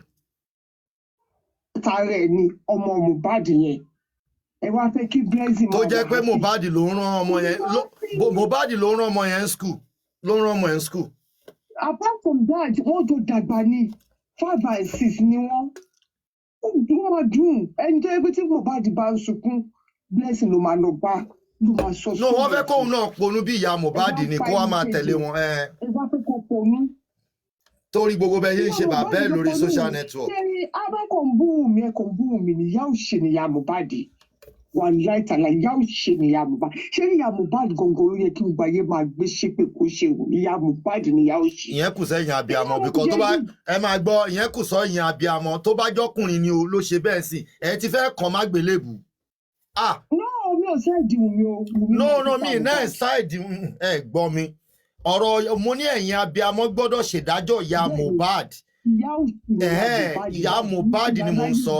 ìyá burúkú ni kí ni Liam ṣe ọmọ dúkọ lọmọ lèmi Liam nọ́ọ̀mà kí Liam ṣe pàtẹ bóyá Mohbad lè kó stop ẹ pé jẹ́ kí n wá justice fọmọ ẹ náà wọ́n dẹ̀ bá mi sin ọmọ mi tó ṣe ṣe tó ṣé ẹ ọdún kan tó ṣe yẹn ó jẹ́ kó máa sunkún ni pé tó bá jẹ́ pé Mohbad ọkùnrin ẹ̀ kọ́ máa sùn. wọ́n wá gbọ́ wọ́n ń play orin Mohbad wọ́n fi sẹ́lì orin Mohbad náà play throughout.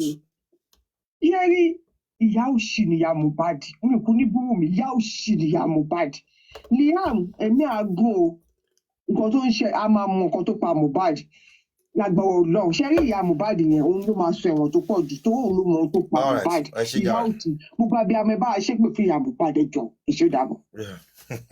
Báàdì ó ti kú olórí burúkú bọ̀dá tí. ẹjọ́ ṣé mo lè sọ̀rọ̀ mo fẹ́ bọ́lẹ̀. ta ló fẹ́ bọ́lẹ̀ Oríyọmí oya ṣé ọmọ alọ́ba ọmọ alọ́ba ọmọ dáàdi ṣé ọmọ alọ́ba ni. ẹ ra sà bẹ́ẹ̀ ni bẹ́ẹ̀ ni. mo mọ̀ pé comment section ni wọ́n máa ń dúró dé kí ló dé wọ́n ti provoke ẹ comment section. ẹ ká sọ sà ẹ ṣe sà justice for Mohbad ẹ ṣe ẹkúṣẹ́ Mr. Andy mo ní nǹkan tó bẹ́ẹ̀ bèèrè lọ́wọ́ yín ẹ jọ petition tó kọ fún Darosha kí ló ń wọ́n ṣì ń wò kí ló ń dúró dè kí ló ń dá dúró tí wọ́n gbé wọ́n tẹ̀dí nígbà tí wọ́n rí Darosha ẹ jọ kí nìkan tó ṣẹlẹ̀ gangan lórí ọ̀rọ̀ Darosha yẹn gangan sà. wọ́n petition ẹ̀ nítorí pé òun ló embalm Mohbad ló instruct ẹ̀ and I think the legal team is going to take over about that. That's what I can say about that. Okay sir torí mi rò pé ó ti pẹ́ ó ti máa fẹ́ lọ bí 1 month bẹ́ẹ̀ yẹn sọ 3 weeks tá a ti gbọ́ nípa petition tá a gbọ́ kọ̀ọ̀kan mọ́ lẹ́yìn. Then ìyá Mohbad náà ẹjọ́ sá ó yẹ kán invite ìyá Mohbad she know a lot ìyá yẹn ó yẹ kó gbé mo ti ń sọ tipẹ́tipẹ́ ìyá Mohbad kọ́ arrest ẹ̀ kọ́ mọ̀ pé kò ń ṣeré kán invite ẹjọ́ torí Ọlọ́run wọ́n ṣe kókó ẹjọ́ sá tọ́ba yẹ kó ti gba mú ni tó ti dì sí yàrá lọ́sẹ̀ kan tó ń bí ní question ni torí wọ́n pé ọmọ kátìkátì tó ń ṣe yẹn wọ́n ní máa ṣe kiri. ọmọ alọ́ba nǹkan tó ṣẹlẹ̀ ni pé let's just wait patiently to see how the lawyer is going to handle perform. You understand me? Me, I'm not a lawyer. I'm not a barrister. I'm not a son. Yeah, but I believe the legal team that close to Joseph Oloba himself, they've made a research before they hire him. Let's just wait patiently to see how it's Let's going to go work. gradually. All Bit right, by sir. All right, bit. sir. All right, sir. Ẹ pé Darosha wá sí birthday. Kí ni Sam Larry wá ní birthday? Ṣé rí Wùmí tó ń parọ́ fún gbogbo ayé tó tún gbé voice note kiri pé òun mọ Sam Larry. Ó kọ́ nìyẹn ní birthday Liam yẹn. Ṣé rí pé kò ayé Wùmí ò Wùmí? Àwọn náà ló wù kò lè wù àwa. Àṣírí ẹ̀ máa tú bẹ́ẹ̀ wà yẹn. Àṣírí ò lè bò. Ṣé rí gbogbo ọ̀rọ̀ tó pa fún gbogbo àgbáláyé? Kí Sam Larry kí ló ń wá kiri ní birthday Liam? Ṣé bóun nìyẹn? Ṣé rí pé kò sí irọ́ tó pa tó bò? Wọ́n wá represent ọba ni. Àwọn náà kó gift wá. Àwọn náà kó gift wá. Bọ̀dá Láti ẹ má bínú. Ṣé rí nǹkan tí mo fi ní kẹ èpè tí ẹ ṣẹlẹ̀ kan yẹn kò màmá tó sọ̀kalẹ̀ yẹn ó dàbí pé wọn ò gbọ́ nǹkan tí mo sọ dáadáa. Wọ́n ní ọmọ tó bá téèyàn bá fi ọwọ́ ọ̀tún bá ọmọ wí wọ́n máa ń fi tòsì fà á padà. According to nǹkan tí ọmọ Sussex sọ pé kò kí ń ṣe anti-justice. Àwa ò ní sọ pé ṣe rí eléyìí ẹ fi fà á létí ni mo sọ. Mi ò sọ pé kẹ má ṣe pé fún mọ́ tó bá wùwà èpè. Kódà èmi gan tí mo wà níbi tí mo bá wùwà èpè ẹ̀wọ̀n mi lépè tó bá wù yín. Ẹni tó bá wùwà èpè ni wọ́n máa ń ṣẹ́ èpè fún. Ìyẹn lọ bẹ́ẹ̀. Wọ́n ní ká ṣépè fún ìyá Mohbad. Ìyá Mohbad olórí burúkú ni ẹsẹ̀. Olórí burúkú ẹnu pẹ̀tẹ̀pẹ̀tẹ̀ bí ẹ̀bà àwọn Ìgbò.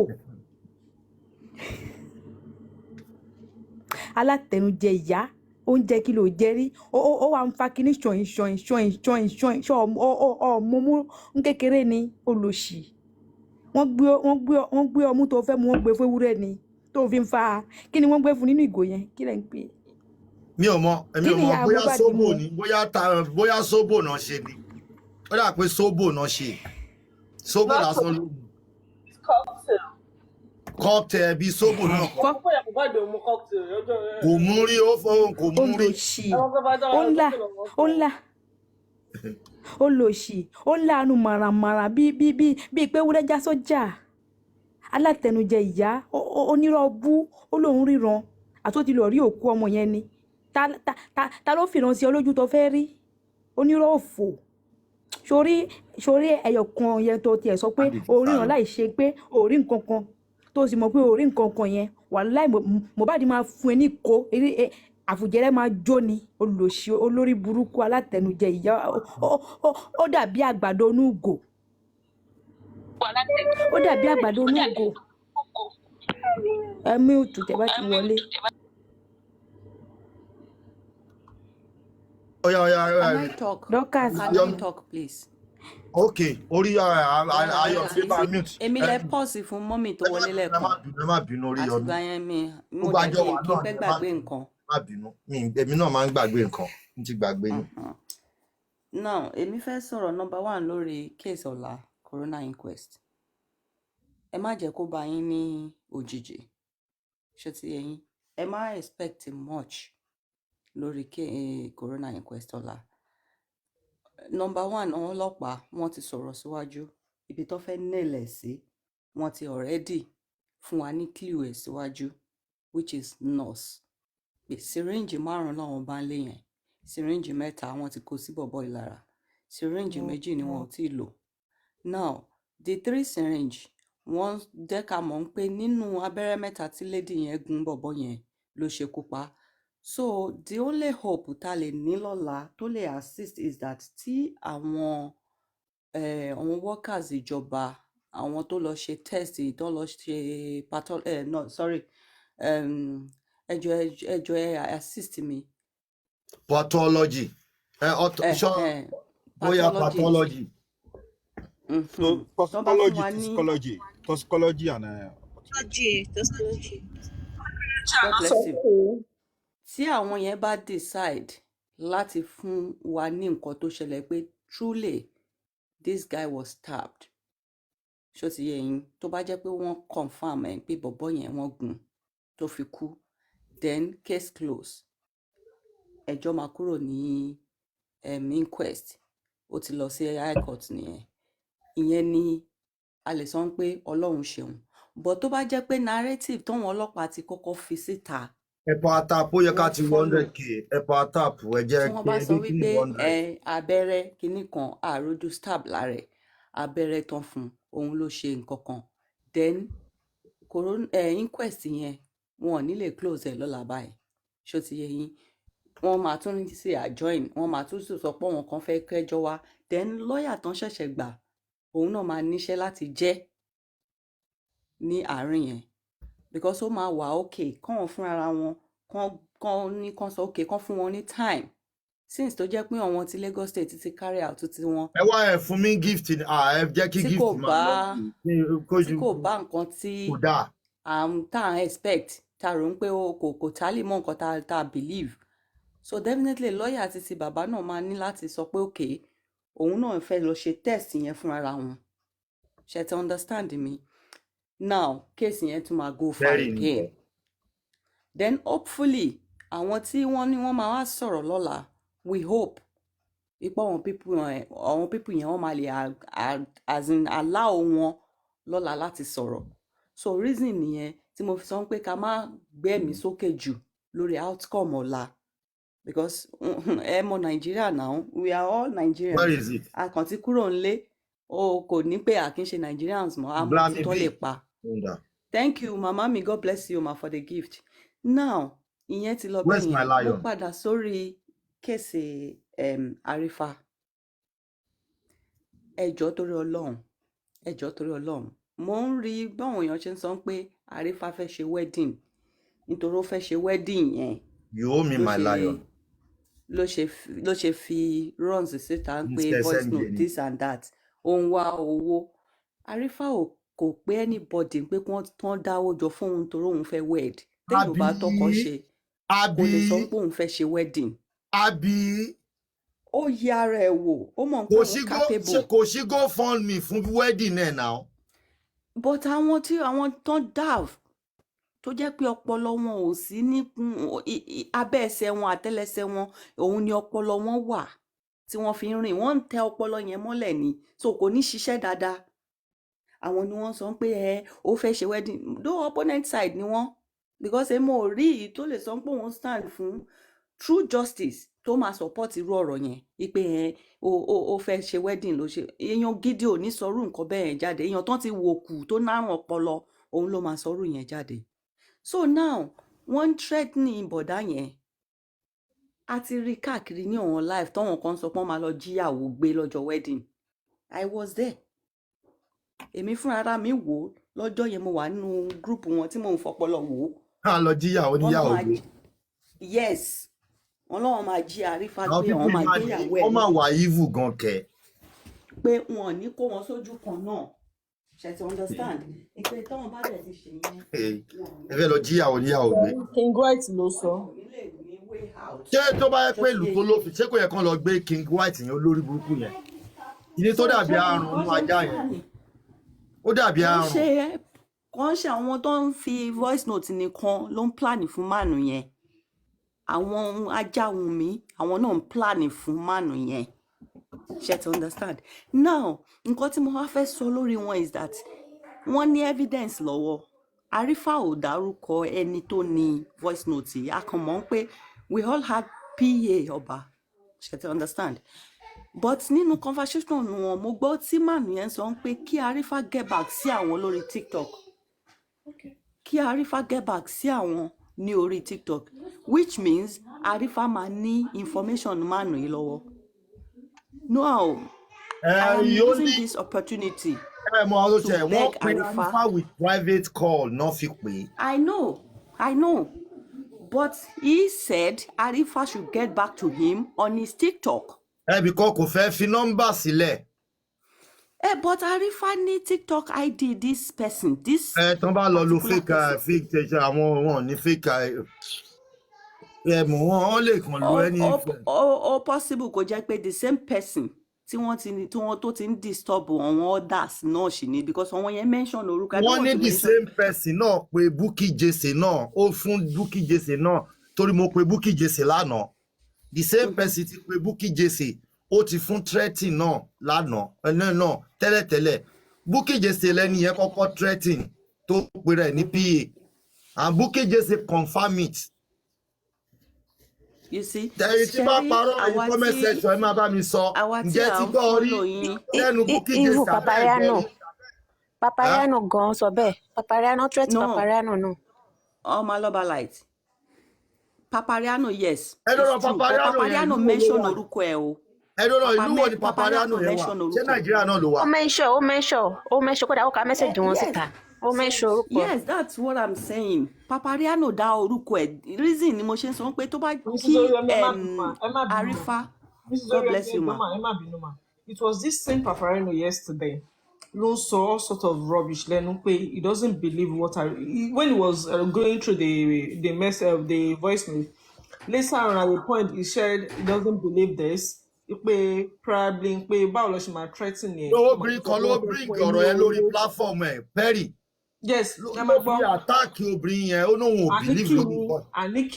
Àníkì ló gbé jáde lánàá ló ń kà ló ń rí gbé voice note ẹ̀ ó wá ń sọ níbẹ̀ pé òun ò believe message yẹn pé báwo lọ máa threaten èèyàn tó tún lọ máa fún ní 5 million mo wá comment sórí section yẹn pé kí ni ò possible of course wọ́n believe pé táwọn bá fún ní owó ó lè gbowó lọ́wọ́ àwọn ṣé you understand nípa ó lè gbowó lọ́wọ́ àwọn ṣé ìkọ́ tí mo sọ so don't even talk about Paparino because scientific olóṣì tó pé rẹ̀ yẹn gan-an I don't understand and again they said Jokota ẹ má bínú mọ́ mi rí ẹ̀mí I want to quickly say something wọ́n ní Jokota dé wọ́n ní o lọ sọ pé kí wọ́n flag go for ní bó ṣe máa flag ayé ẹ̀ ní Jokota dé carry my picture that's why I open my camera gbé picture nìkan bọ́ ìmọ̀ flag ayé ẹ̀ nìyẹn ẹlẹ́yà tó máa ṣe báyìí ó ń ṣe press up lọ́wọ́ bí gbogbo èèyàn ṣe máa ń sọ because I don't understand you nígbà tí wọ́n bá pè ya Mohbad sórí kìíní ten pin account ya Mohbad ẹ̀ sanwó síbẹ̀ ẹgbẹ́ kan nobody has ever come to you and said they should flag that account so if they flag that show bí ọ ṣe máa flag ilé ayé àwọn ẹ̀rùn ẹ̀ nìyẹn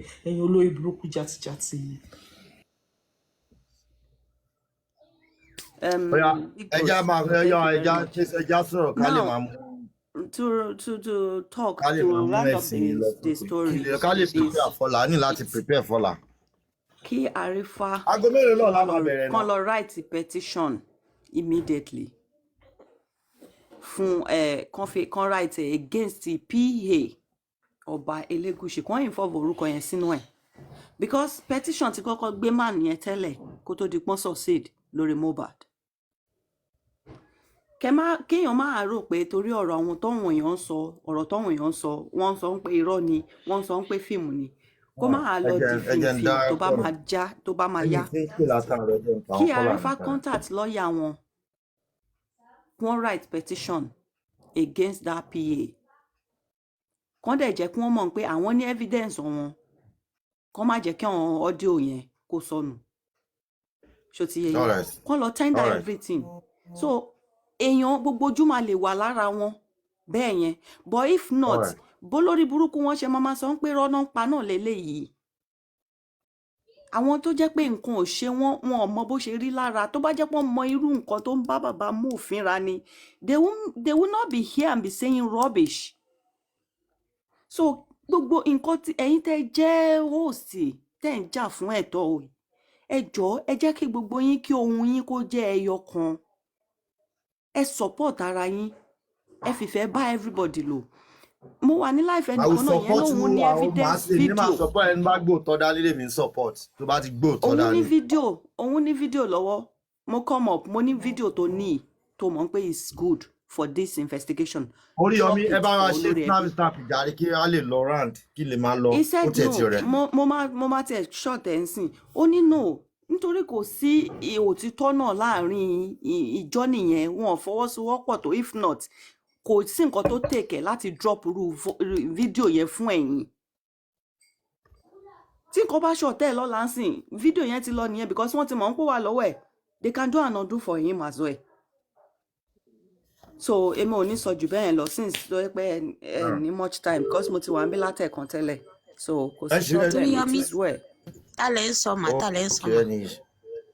Mo ti mú ẹ sì dúró ẹ jẹ́ káwọn yòókù sọ̀rọ̀ ẹ sì lè dórí Yọmí you can still continue ẹ jẹ́ ọyà ta ló ọmọ ọlọ́ba tí ó ti ṣe tán.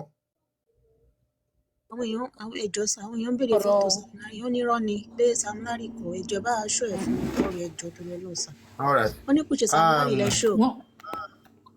wọ́n ti bẹ̀rẹ̀. Kókó below àbíkí. Kókó mẹ́lọ àbíkí. Sọ̀rọ̀. Eh?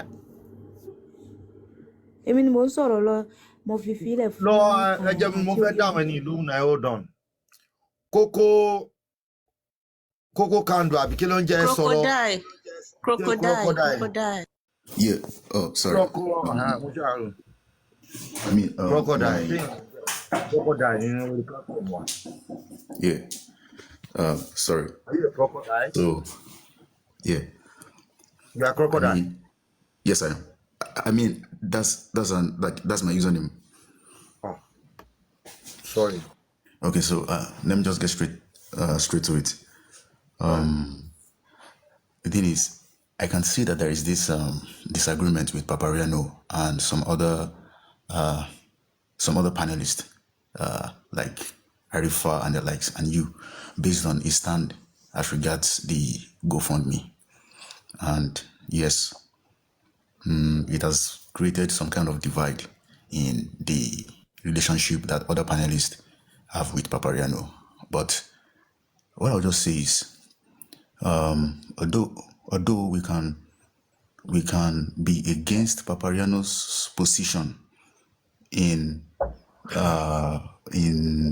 not canvassing support for the GoFundMe, and we might not like his stand as regards GoFundMe, but on this platform, I would like to suggest to the host that we should not really involve in insulting anybody on this that is on the same train with us.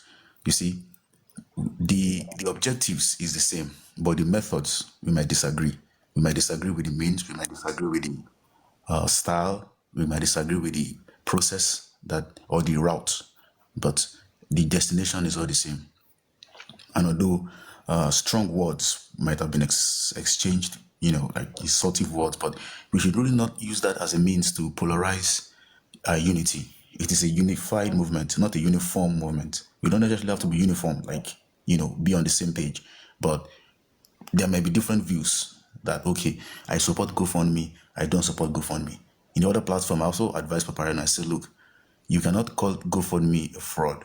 Okay, you can say it from your own perspective that you did not support it. It is not right when you tell other people not to contribute if they feel they want to contribute. So, yeah.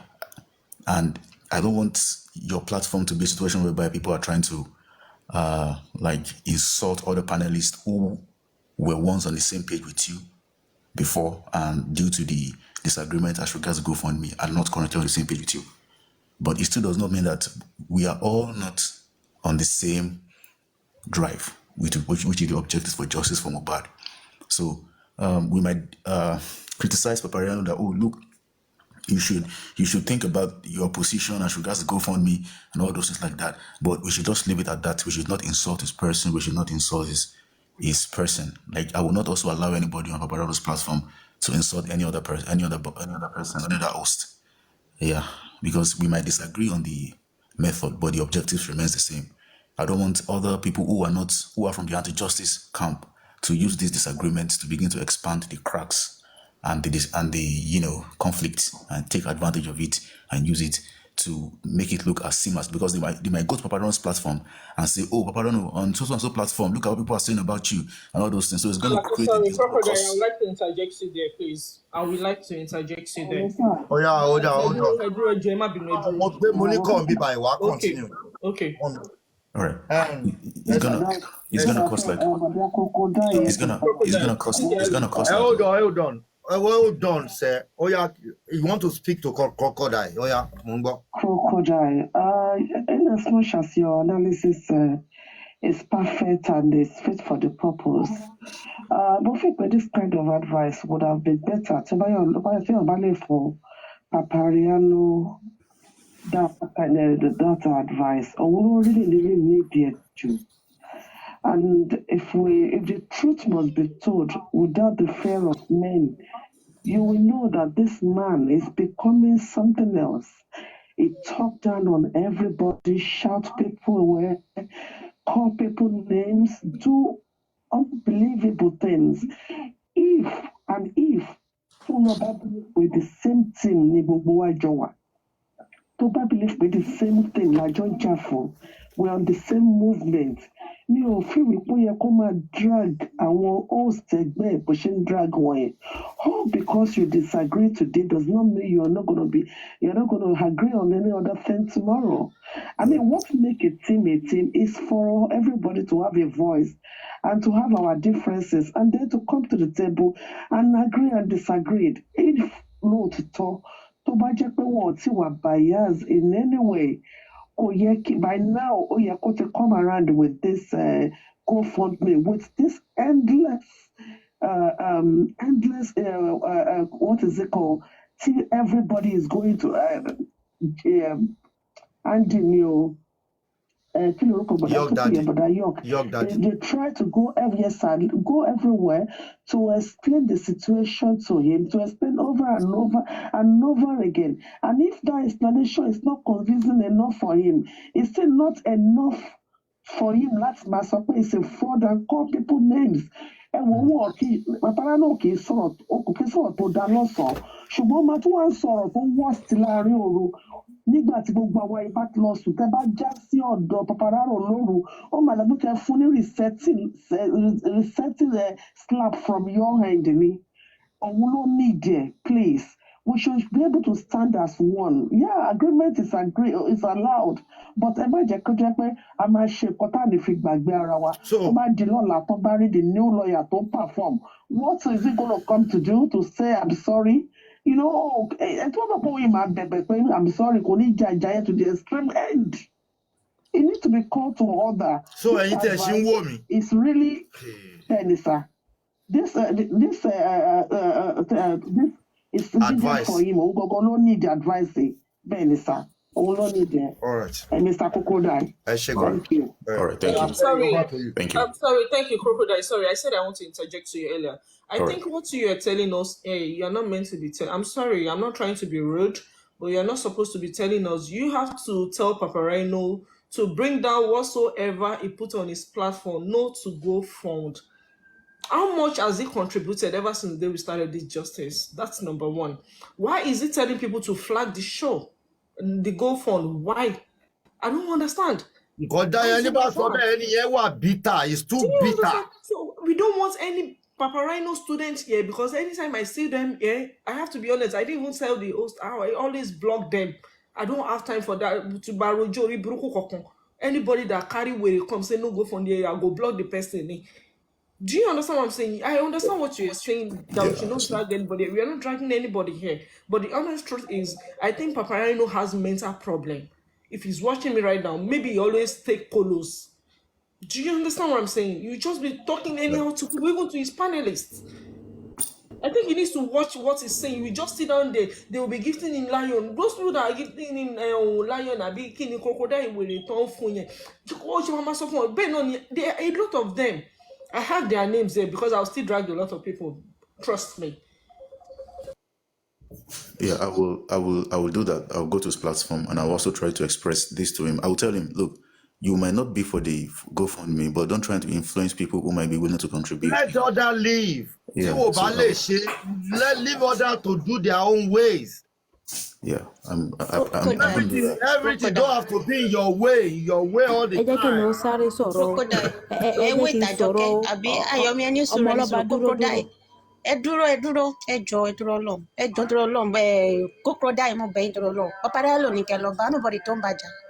Today, Oshin say no to GoFundMe. What happened? Sharon see GoFundMe. Also, go no say no to fraud. It's too evil. To go fraud. Show make sense in it. Make sense now. Won't stop Coco ba. Daddy yo kilo bala no the same thing go stop. Kilo to fe. Show your long ni.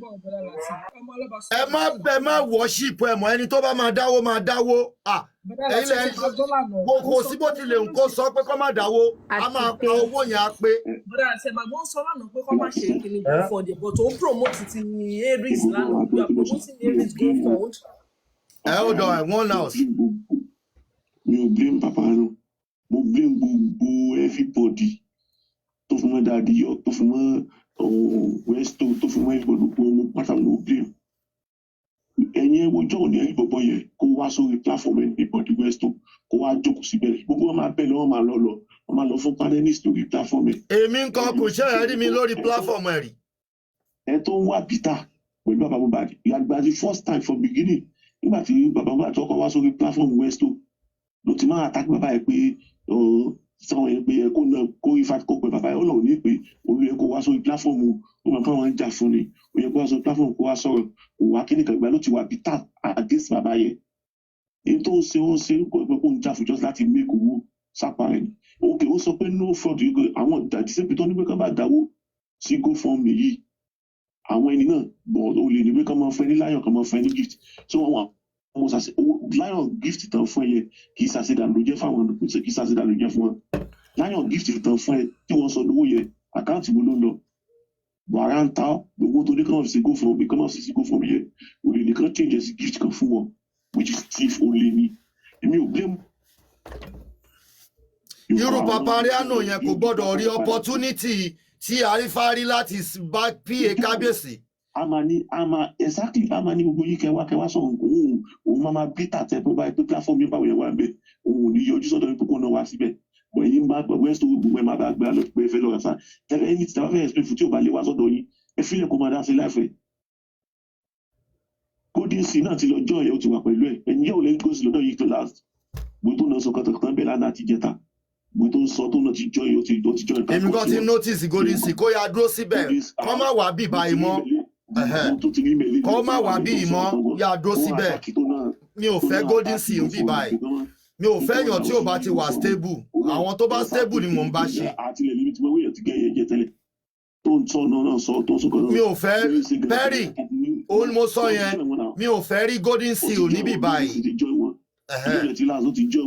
o lè bú bàbá Mohbad lónìí kó tún fọwọ́ ra lórí lọ́la. mo tó sọ ní àná tó sọ jẹ́ lọ́jọ́ ọ̀sẹ̀ ló gbogbo ẹ̀rọ mo gbọ́ kó pé padà mo gbọ́. tó bá ń gbọ́ kó máa gbọ́ mi Ọlọ́run ti gbogbo àtàbẹ̀rẹ̀ kan lájọ máa parí ẹ̀ tẹ́lẹ̀tẹ́lẹ̀. ok wọ́n fẹ́ kó jẹ lówó kò sóògùn bàbá yín náà fẹ́ kó jẹ ni. ògbó ilẹ̀ olójú mẹ́rin ọ̀fìn olè tẹ́ ti make nípa ara kiri bàbá gbogbo wọn èyí tẹ̀mí rí pé. kó máa wulẹ̀ ẹjọ́ ṣaka ẹ máa jó ṣoko. kò fẹ́ kí bọ̀bọ̀ yẹn rí justice ni because ó yí oṣù mo bá fi make owó sápò ara ẹni wọn ò ní jáde kó bẹ̀yẹ even gan tó bá information kan tó bá nípa ń sọ lọ́dọ̀ Westo àbọ̀dọ̀ kiri kan wọ́n máa attack wọn pé irọ́ ni kiri kan but tó bá parí sóhun ẹ̀ ó máa gbé information yóò máa analyse lọ́dọ̀ tiẹ̀ láti fi make class ọdún ẹ̀ ìtàn sọ yẹn tó ní pé ò believe pé nǹkan tán sọ yẹn but tó bá ti ṣe sóhun wọn tán wà gbé ọdún yẹn tó bá send it. wọ́n jẹ́ ń lo information wọn ó ń lo update wọn gbogbo update wọn ló fi ń ṣe show. ó fi ń ṣe show òun dẹ̀ attack wọn òun àgẹ́sẹ̀ òun dẹ̀ lò kí ni wọ́n fi ṣe show. nǹkan tó jẹ́ ń bínú láàárọ̀ yìí nìyẹn pé àwọn people yìí risk life wọn ni. because ó ń bí tàdé because òun ò pọ̀ níbi tó jókòó síbi kan tó jókòó síbi náà ló wà. ẹni tó sọ wípé bọ̀dá kúnlẹ̀ o ẹni tó sọ wípé Papariano dàbí Sọ́jí ọlọ́wọ́ gbọ̀gbọ̀rọ̀ kò parọ́ bó ṣe wà bítà nìyẹn ó wà bítà. kò sí yàtọ̀ àwọn ẹni risk life wọn lọ káàkiri pẹ́ gbogbo ẹ̀fọ́ tẹ́ gbẹ́ wá gbogbo olùbíṣe so wà á máa sọ wà á sẹ́ńtì lórí náà ìkíní nìsí wà á sọ kọ́tàkọ́tà lẹ́nu. ẹ ṣe jàre ẹ̀gbọ́n kò lè. fọ́sùn tí arifa pè wọ́n sọ lọ́dọ̀ tẹ pé òun bìlífù fọ́sùn tiẹ̀ nìkan wípé àwọn information pé kíní ni I don't think that guy. bẹ́ẹ̀ tó bá gbé wọ́n gbé tó bá gbé arifa gbé fún pé kó bóun gbé síta tí ò gbé fẹ́ lómi á promote ẹ̀. exactly you believe èmi ò blame ẹ̀ mo blame gbogbo wọn àti Westo everybody that yọkẹ everybody tẹ lọ máa jọ tó kò sórí platform ẹ tẹlẹ wọn máa gbàsá láì mi ò lè gun platform ẹ táyé máa fi parẹ́. you don't need to convince him let him do everything kò sẹ́ tó mọ ẹ̀wọ̀n tẹ́lẹ̀. kó lè bó tilẹ̀ ń kó bring down point GoFundMe yẹn tẹ́ bá lọ ń bá yín gan lẹ̀ ń pọ́n wọn lé kí lẹ̀ ń lọ explain ara yín fún. explain kí ni ẹ fílẹ̀ because gbogbo àlẹ́gbọ́ ẹ̀fún wa yín táwọn gbogbo àgbà lọ tó ká kó wá fà ìwé ẹ̀ ó ká kó wá tó fà ìwé tọ́wọ́ òun bá gbà lọ tán ẹ̀ sọmọ ìyá ẹ̀ ṣe family why tell me why familiarity.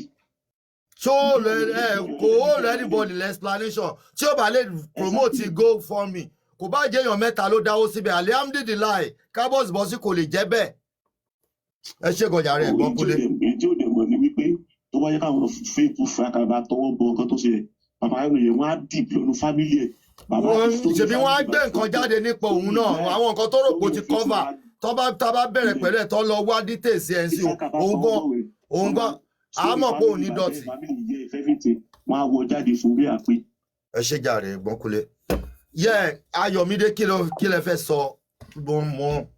nǹkan tẹ́mi fẹ́ sọ ni pé kí ló dé ṣé mo ní ìdí sìn kí lè dáhùn yòókù mọ́ yá. ṣàbẹ̀rẹ̀ owó lọ́dọ̀ ẹnìkan ni àbí ṣé a ní kí wọ́n san owó sínú kinní yẹn fún wa ni ṣé owó wọn la fẹ́ dá ni àbí ṣá tọrọ owó lọ́wọ́ ẹnìkan àbí ṣá fọ́ọ̀sì ẹnìkan pé kí wọ́n dáwó ni kí ló dé Crocodile you can speak a back English pourquoi. Crocodile. You want to Crocodile? Yeah, what did you say? I mean, I was trying to. I was just.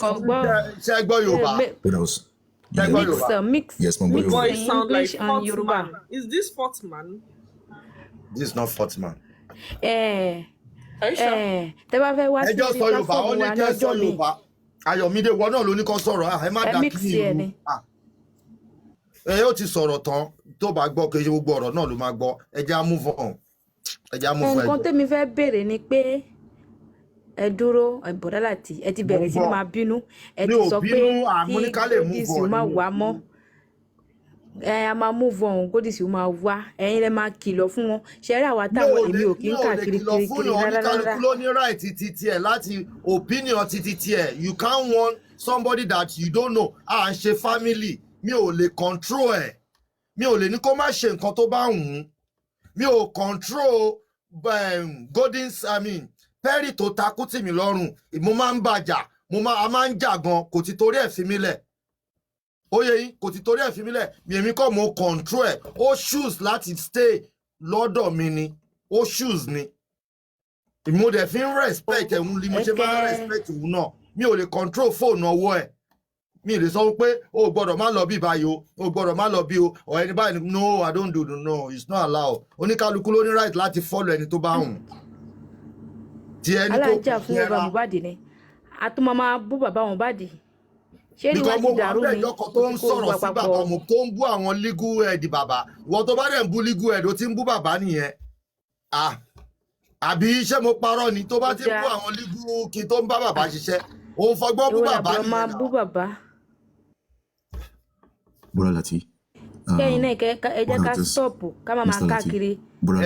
Crocodile ó yá ẹja listen to Crocodile kó lè conclude ọ̀rọ̀ ẹ̀. Okay. Thank you. I mean, I heard everything that you guys have just said. And, well, I'm looking at the bigger picture here because there's going to be a time when the Justice for Mohbad is gathering steam and we are making progress. And we are going to need more people to rejoice with us as we are making progress.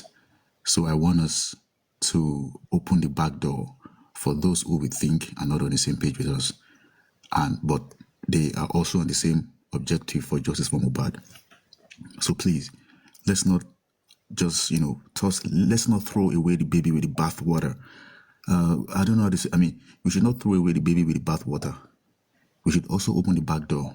And, the human heart, the way the human heart works is we might disagree with someone today, but tomorrow we might get to see the wisdom in their actions.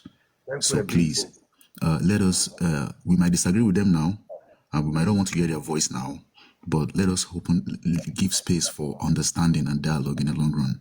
And I also try to go to Papariano's platform. I also try to say the same thing. I'm not expecting them to listen to me or anyone to listen to me, but I'm just saying, let's look at the bigger picture because the fight for justice for Mohbad is bigger than us. It's bigger than our ego. It's bigger than our, fame and all those things like that. We need to get justice for Mohbad and we need as much friends as possible in the fight. That's what I'm trying to say. So I'm not trying to, and on this, Mr. Host, please, I want to suggest that, we can disagree with Papariano or any other host, but we should not allow the detractors from the anti-justice camp to exploit the situation. Crocodile ó ṣàrí pé àwọn panelists wọn ò bú wọn kàn sọ pé nǹkan bẹ́ẹ̀ tó bá pẹ́ lọ́dọ̀ títí tiẹ̀ ni àtàwọn Wùnmí tìmo àtàwọn gbà ó máa release everybody kan máa bú bàbá Mohbad. I will do that. ó máa release everybody wọ́n máa bú bàbá Mohbad ò nílé control platform ẹ.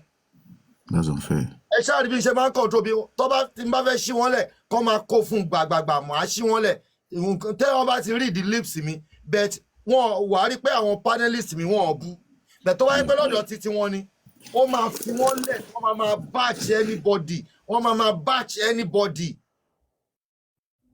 Yeah, I understand. I will drop now, and when I have the chance to speak. Thank you very much, Crocodile. I'll do that. Thank you. Ọlọ́run á fún ẹ ṣe lágbára Ọlọ́run. God bless you. Ọlọ́run lè lò ẹ́. God may use you to make peace out of the whole speaker, the host. God may use you. You can keep trying. Thank you very much. Oya, ta ló ọmọ alọ́ba ṣó ti ṣe tán? ẹ ṣó wa ní fọ́tò Mọ̀sámíláre ẹjọ́ wọn ń béèrè ẹjọ́ bàbá mi. ẹ kúrò lẹ o ẹ kú ètò good evening everyone. ṣé yẹn ló fẹ́ yanjú? Bẹ́ẹ̀ni. ṣé mo lè sọ̀rọ̀? Ta ló tún ní ẹ ó yá ẹ sọ̀rọ̀. ẹ kú ètò sà. ọ̀rọ̀ méjì ni èmi fẹ́ sọ mo fẹ́ sọ̀rọ̀ nípa àwọn olórí burúkú tó ń stream live fún yín tèmi olórí burúkú ni wọ́n. ìgbà tó bẹ́ẹ̀ ni ó wà lórí péjì yìí nǹkan tí mo ṣe gòkè gan nìyẹn olórí burúkú ara wọn ṣé àwọn yẹn ṣé wọ́n ń jà fún justice báyẹn láwọn olórí burúkú yẹn ṣé wọ́n ń jà fún ó ti ṣó pé Wùmí ló pa Mohbad ó wá ń sanwó fáwọn pípú yìí láti máa dá everything rú. hold on sórí ẹni bá stream video ẹ tó stream show mi ikú òjijì á pa ọmọ ẹ. ẹ ṣe pé fún wọn mo ti fẹ́ gòkè ti pẹ́ òkè ẹ sọ̀rọ̀ sá ẹ yẹ kí n mute kẹ sọ̀rọ̀. whoever tó ń stream show wa níbí báyìí tó ń stream mi lọ́wọ́lọ́wọ́ báyìí ikú òjijì á pa gbogbo wọn àrùn á gbé wọn dè ikú òjijì á pọ ọmọ mọ́ ọ lọ́wọ́ àrùn á pọ ọmọ mọ́ ọ lọ́wọ́ wọn ò ní jèrè ọmọ wọn tó bá ku òòjọ́ báyìí kán jèrè ọmọ wọn ọlọ́run á fi wọ́n ṣàwátì ni because mi ò ń stream show ní show I have my own content this is my content and you are streaming my content ikú òjijì á pa ọmọ yín àrùn á gbé yín dé ẹ̀ ní jèrè àwọn ọmọ yín ọ̀fọ̀ máa wọnú wọ́n máa bọ́ bàtà ọ̀fọ̀ sẹ́sẹ́ sẹ́ǹkùlé lẹ́yìn báyìí wọ́n á bọ́ bàtà ọ̀fọ̀ sí ẹnu ọ̀nà yín before December ìgbé oró lẹ́ máa kéénu lẹ́yìn o àṣẹ́gun o èmi ọmọ akọ̀ráyè mo fàṣẹ sí o bẹ́ẹ̀ ni ó ṣe máa rí fún yín ẹ máa stream ẹ̀ ẹ̀rí ọ̀fọ̀ tó máa ṣe àwọn ọmọ yín ẹ̀ lè jèrè àwọn ọmọ yín ò lè làlùyọ lórí ilẹ̀ tá a wà yìí ẹ lọ bèrè lọ́wọ́ òòṣà olórí burúkú aláyébàjẹ́ òòṣà ẹ lọ bèrè lọ́wọ́ ó mọ̀ pé èmi ni bàbá òun ni mo jẹ́ ẹ̀yin olórí burúkú aláyé bàjẹ́ ẹ̀yin aláyé polúkúrúmuṣu ẹ̀yin aláyé kù síbì kan ẹ̀ ní sóríire owó ẹ̀jẹ̀ tẹ̀ náà bó ṣe máa ta ẹ̀mí ọmọ yín tí wọ́n máa ta ẹ̀mí ọmọ yín tẹ́ máa dẹ̀ máa náwó ẹ̀mí ọmọ yín nìyẹn wọ́n máa ta ẹ̀mí ọmọ yín bẹ́ẹ̀ ṣe máa fi ẹ̀mí ọmọ yín tẹ́ fi máa fi ta káìtì nìyẹn tọmọ yín tẹ́ fi ní jèrè ọmọ yín ẹ máa sọ̀rọ̀ lọ. ìyẹn ni fún àwọn tó.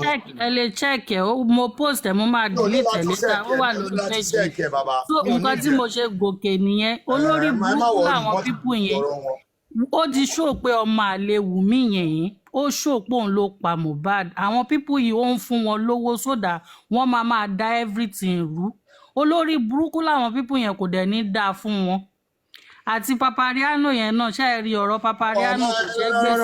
ẹ má drag ó sì mí báyẹn náà ẹ má drag. mi drag anybody nǹkan tí mo fẹ́ sọ ni pé kò sí anybody tó jẹ́ ọmọdé tí ó jẹ́ pé èèyàn kan ló máa sọ fún wa pé òkè ká lọ púùlì nǹkan kan down ọ̀ a gbọ́dọ̀ sanwó kò nídìí ká sanwó ẹni tó bá ní ọpọlọ tó mọ nǹkan tó right ó máa mọ̀ pé nǹkan tí Papariano sọ yẹn pé nǹkan tó wrong ni so mi nídìí láti convince anybody but ẹni tó bá mọ nǹkan tó ń ṣe ó máa mọ̀ pé téèyàn bá ti ń hùwà báyìí nǹkan tó ń ṣe kò dáa so àwọn nọ́mọ̀ nǹkan tó bá wu anybody ni kó ṣe ṣá but àwọn tó ń stream live yẹn Ọlọ́run máa bà tiwọn jẹ́ ní àwọn olórí burúkú àwọn tíìmù òfò àwọn tíìmù pààyàn.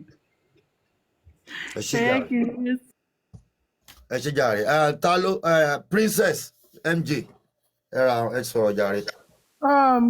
ẹ káàárọ̀ gbogbo ilé o justice for Mohbad o justice for. mo yẹ kó ẹ thank you for the gbogbo ìgbà ẹ ṣe gbogbo ìgbà. ẹ wo ìgbà tí Mr Crocodile fẹ́ bọ́lẹ̀ ó kúnṣe ni mò ń fọwọ́ gbárí pé ooo torí tí Mr Crocodile ni mo ṣe gun òkè.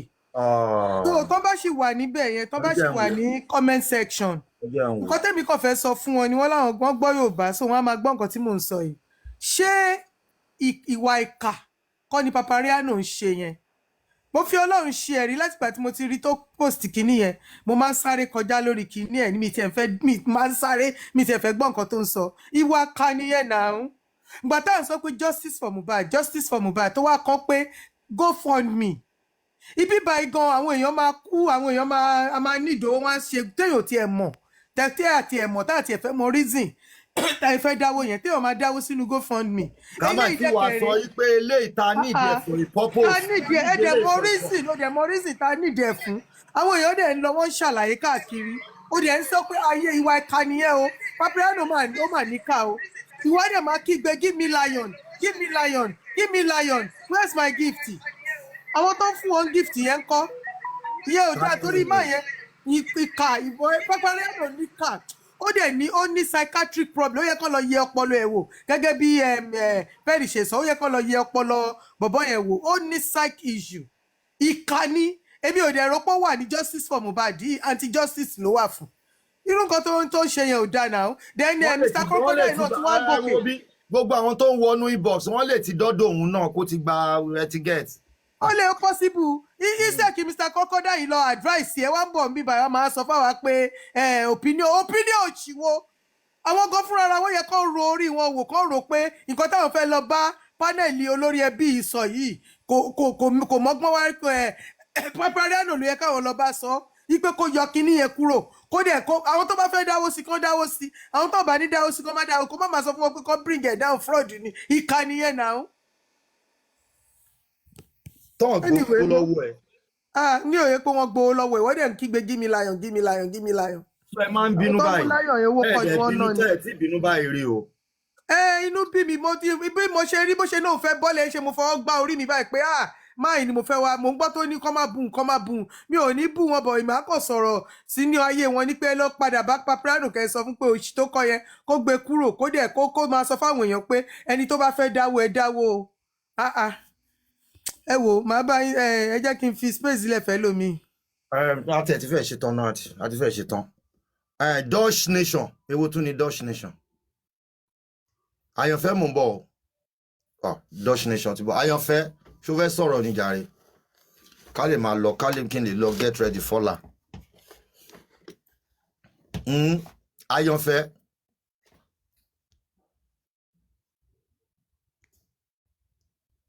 ẹ ṣọ́.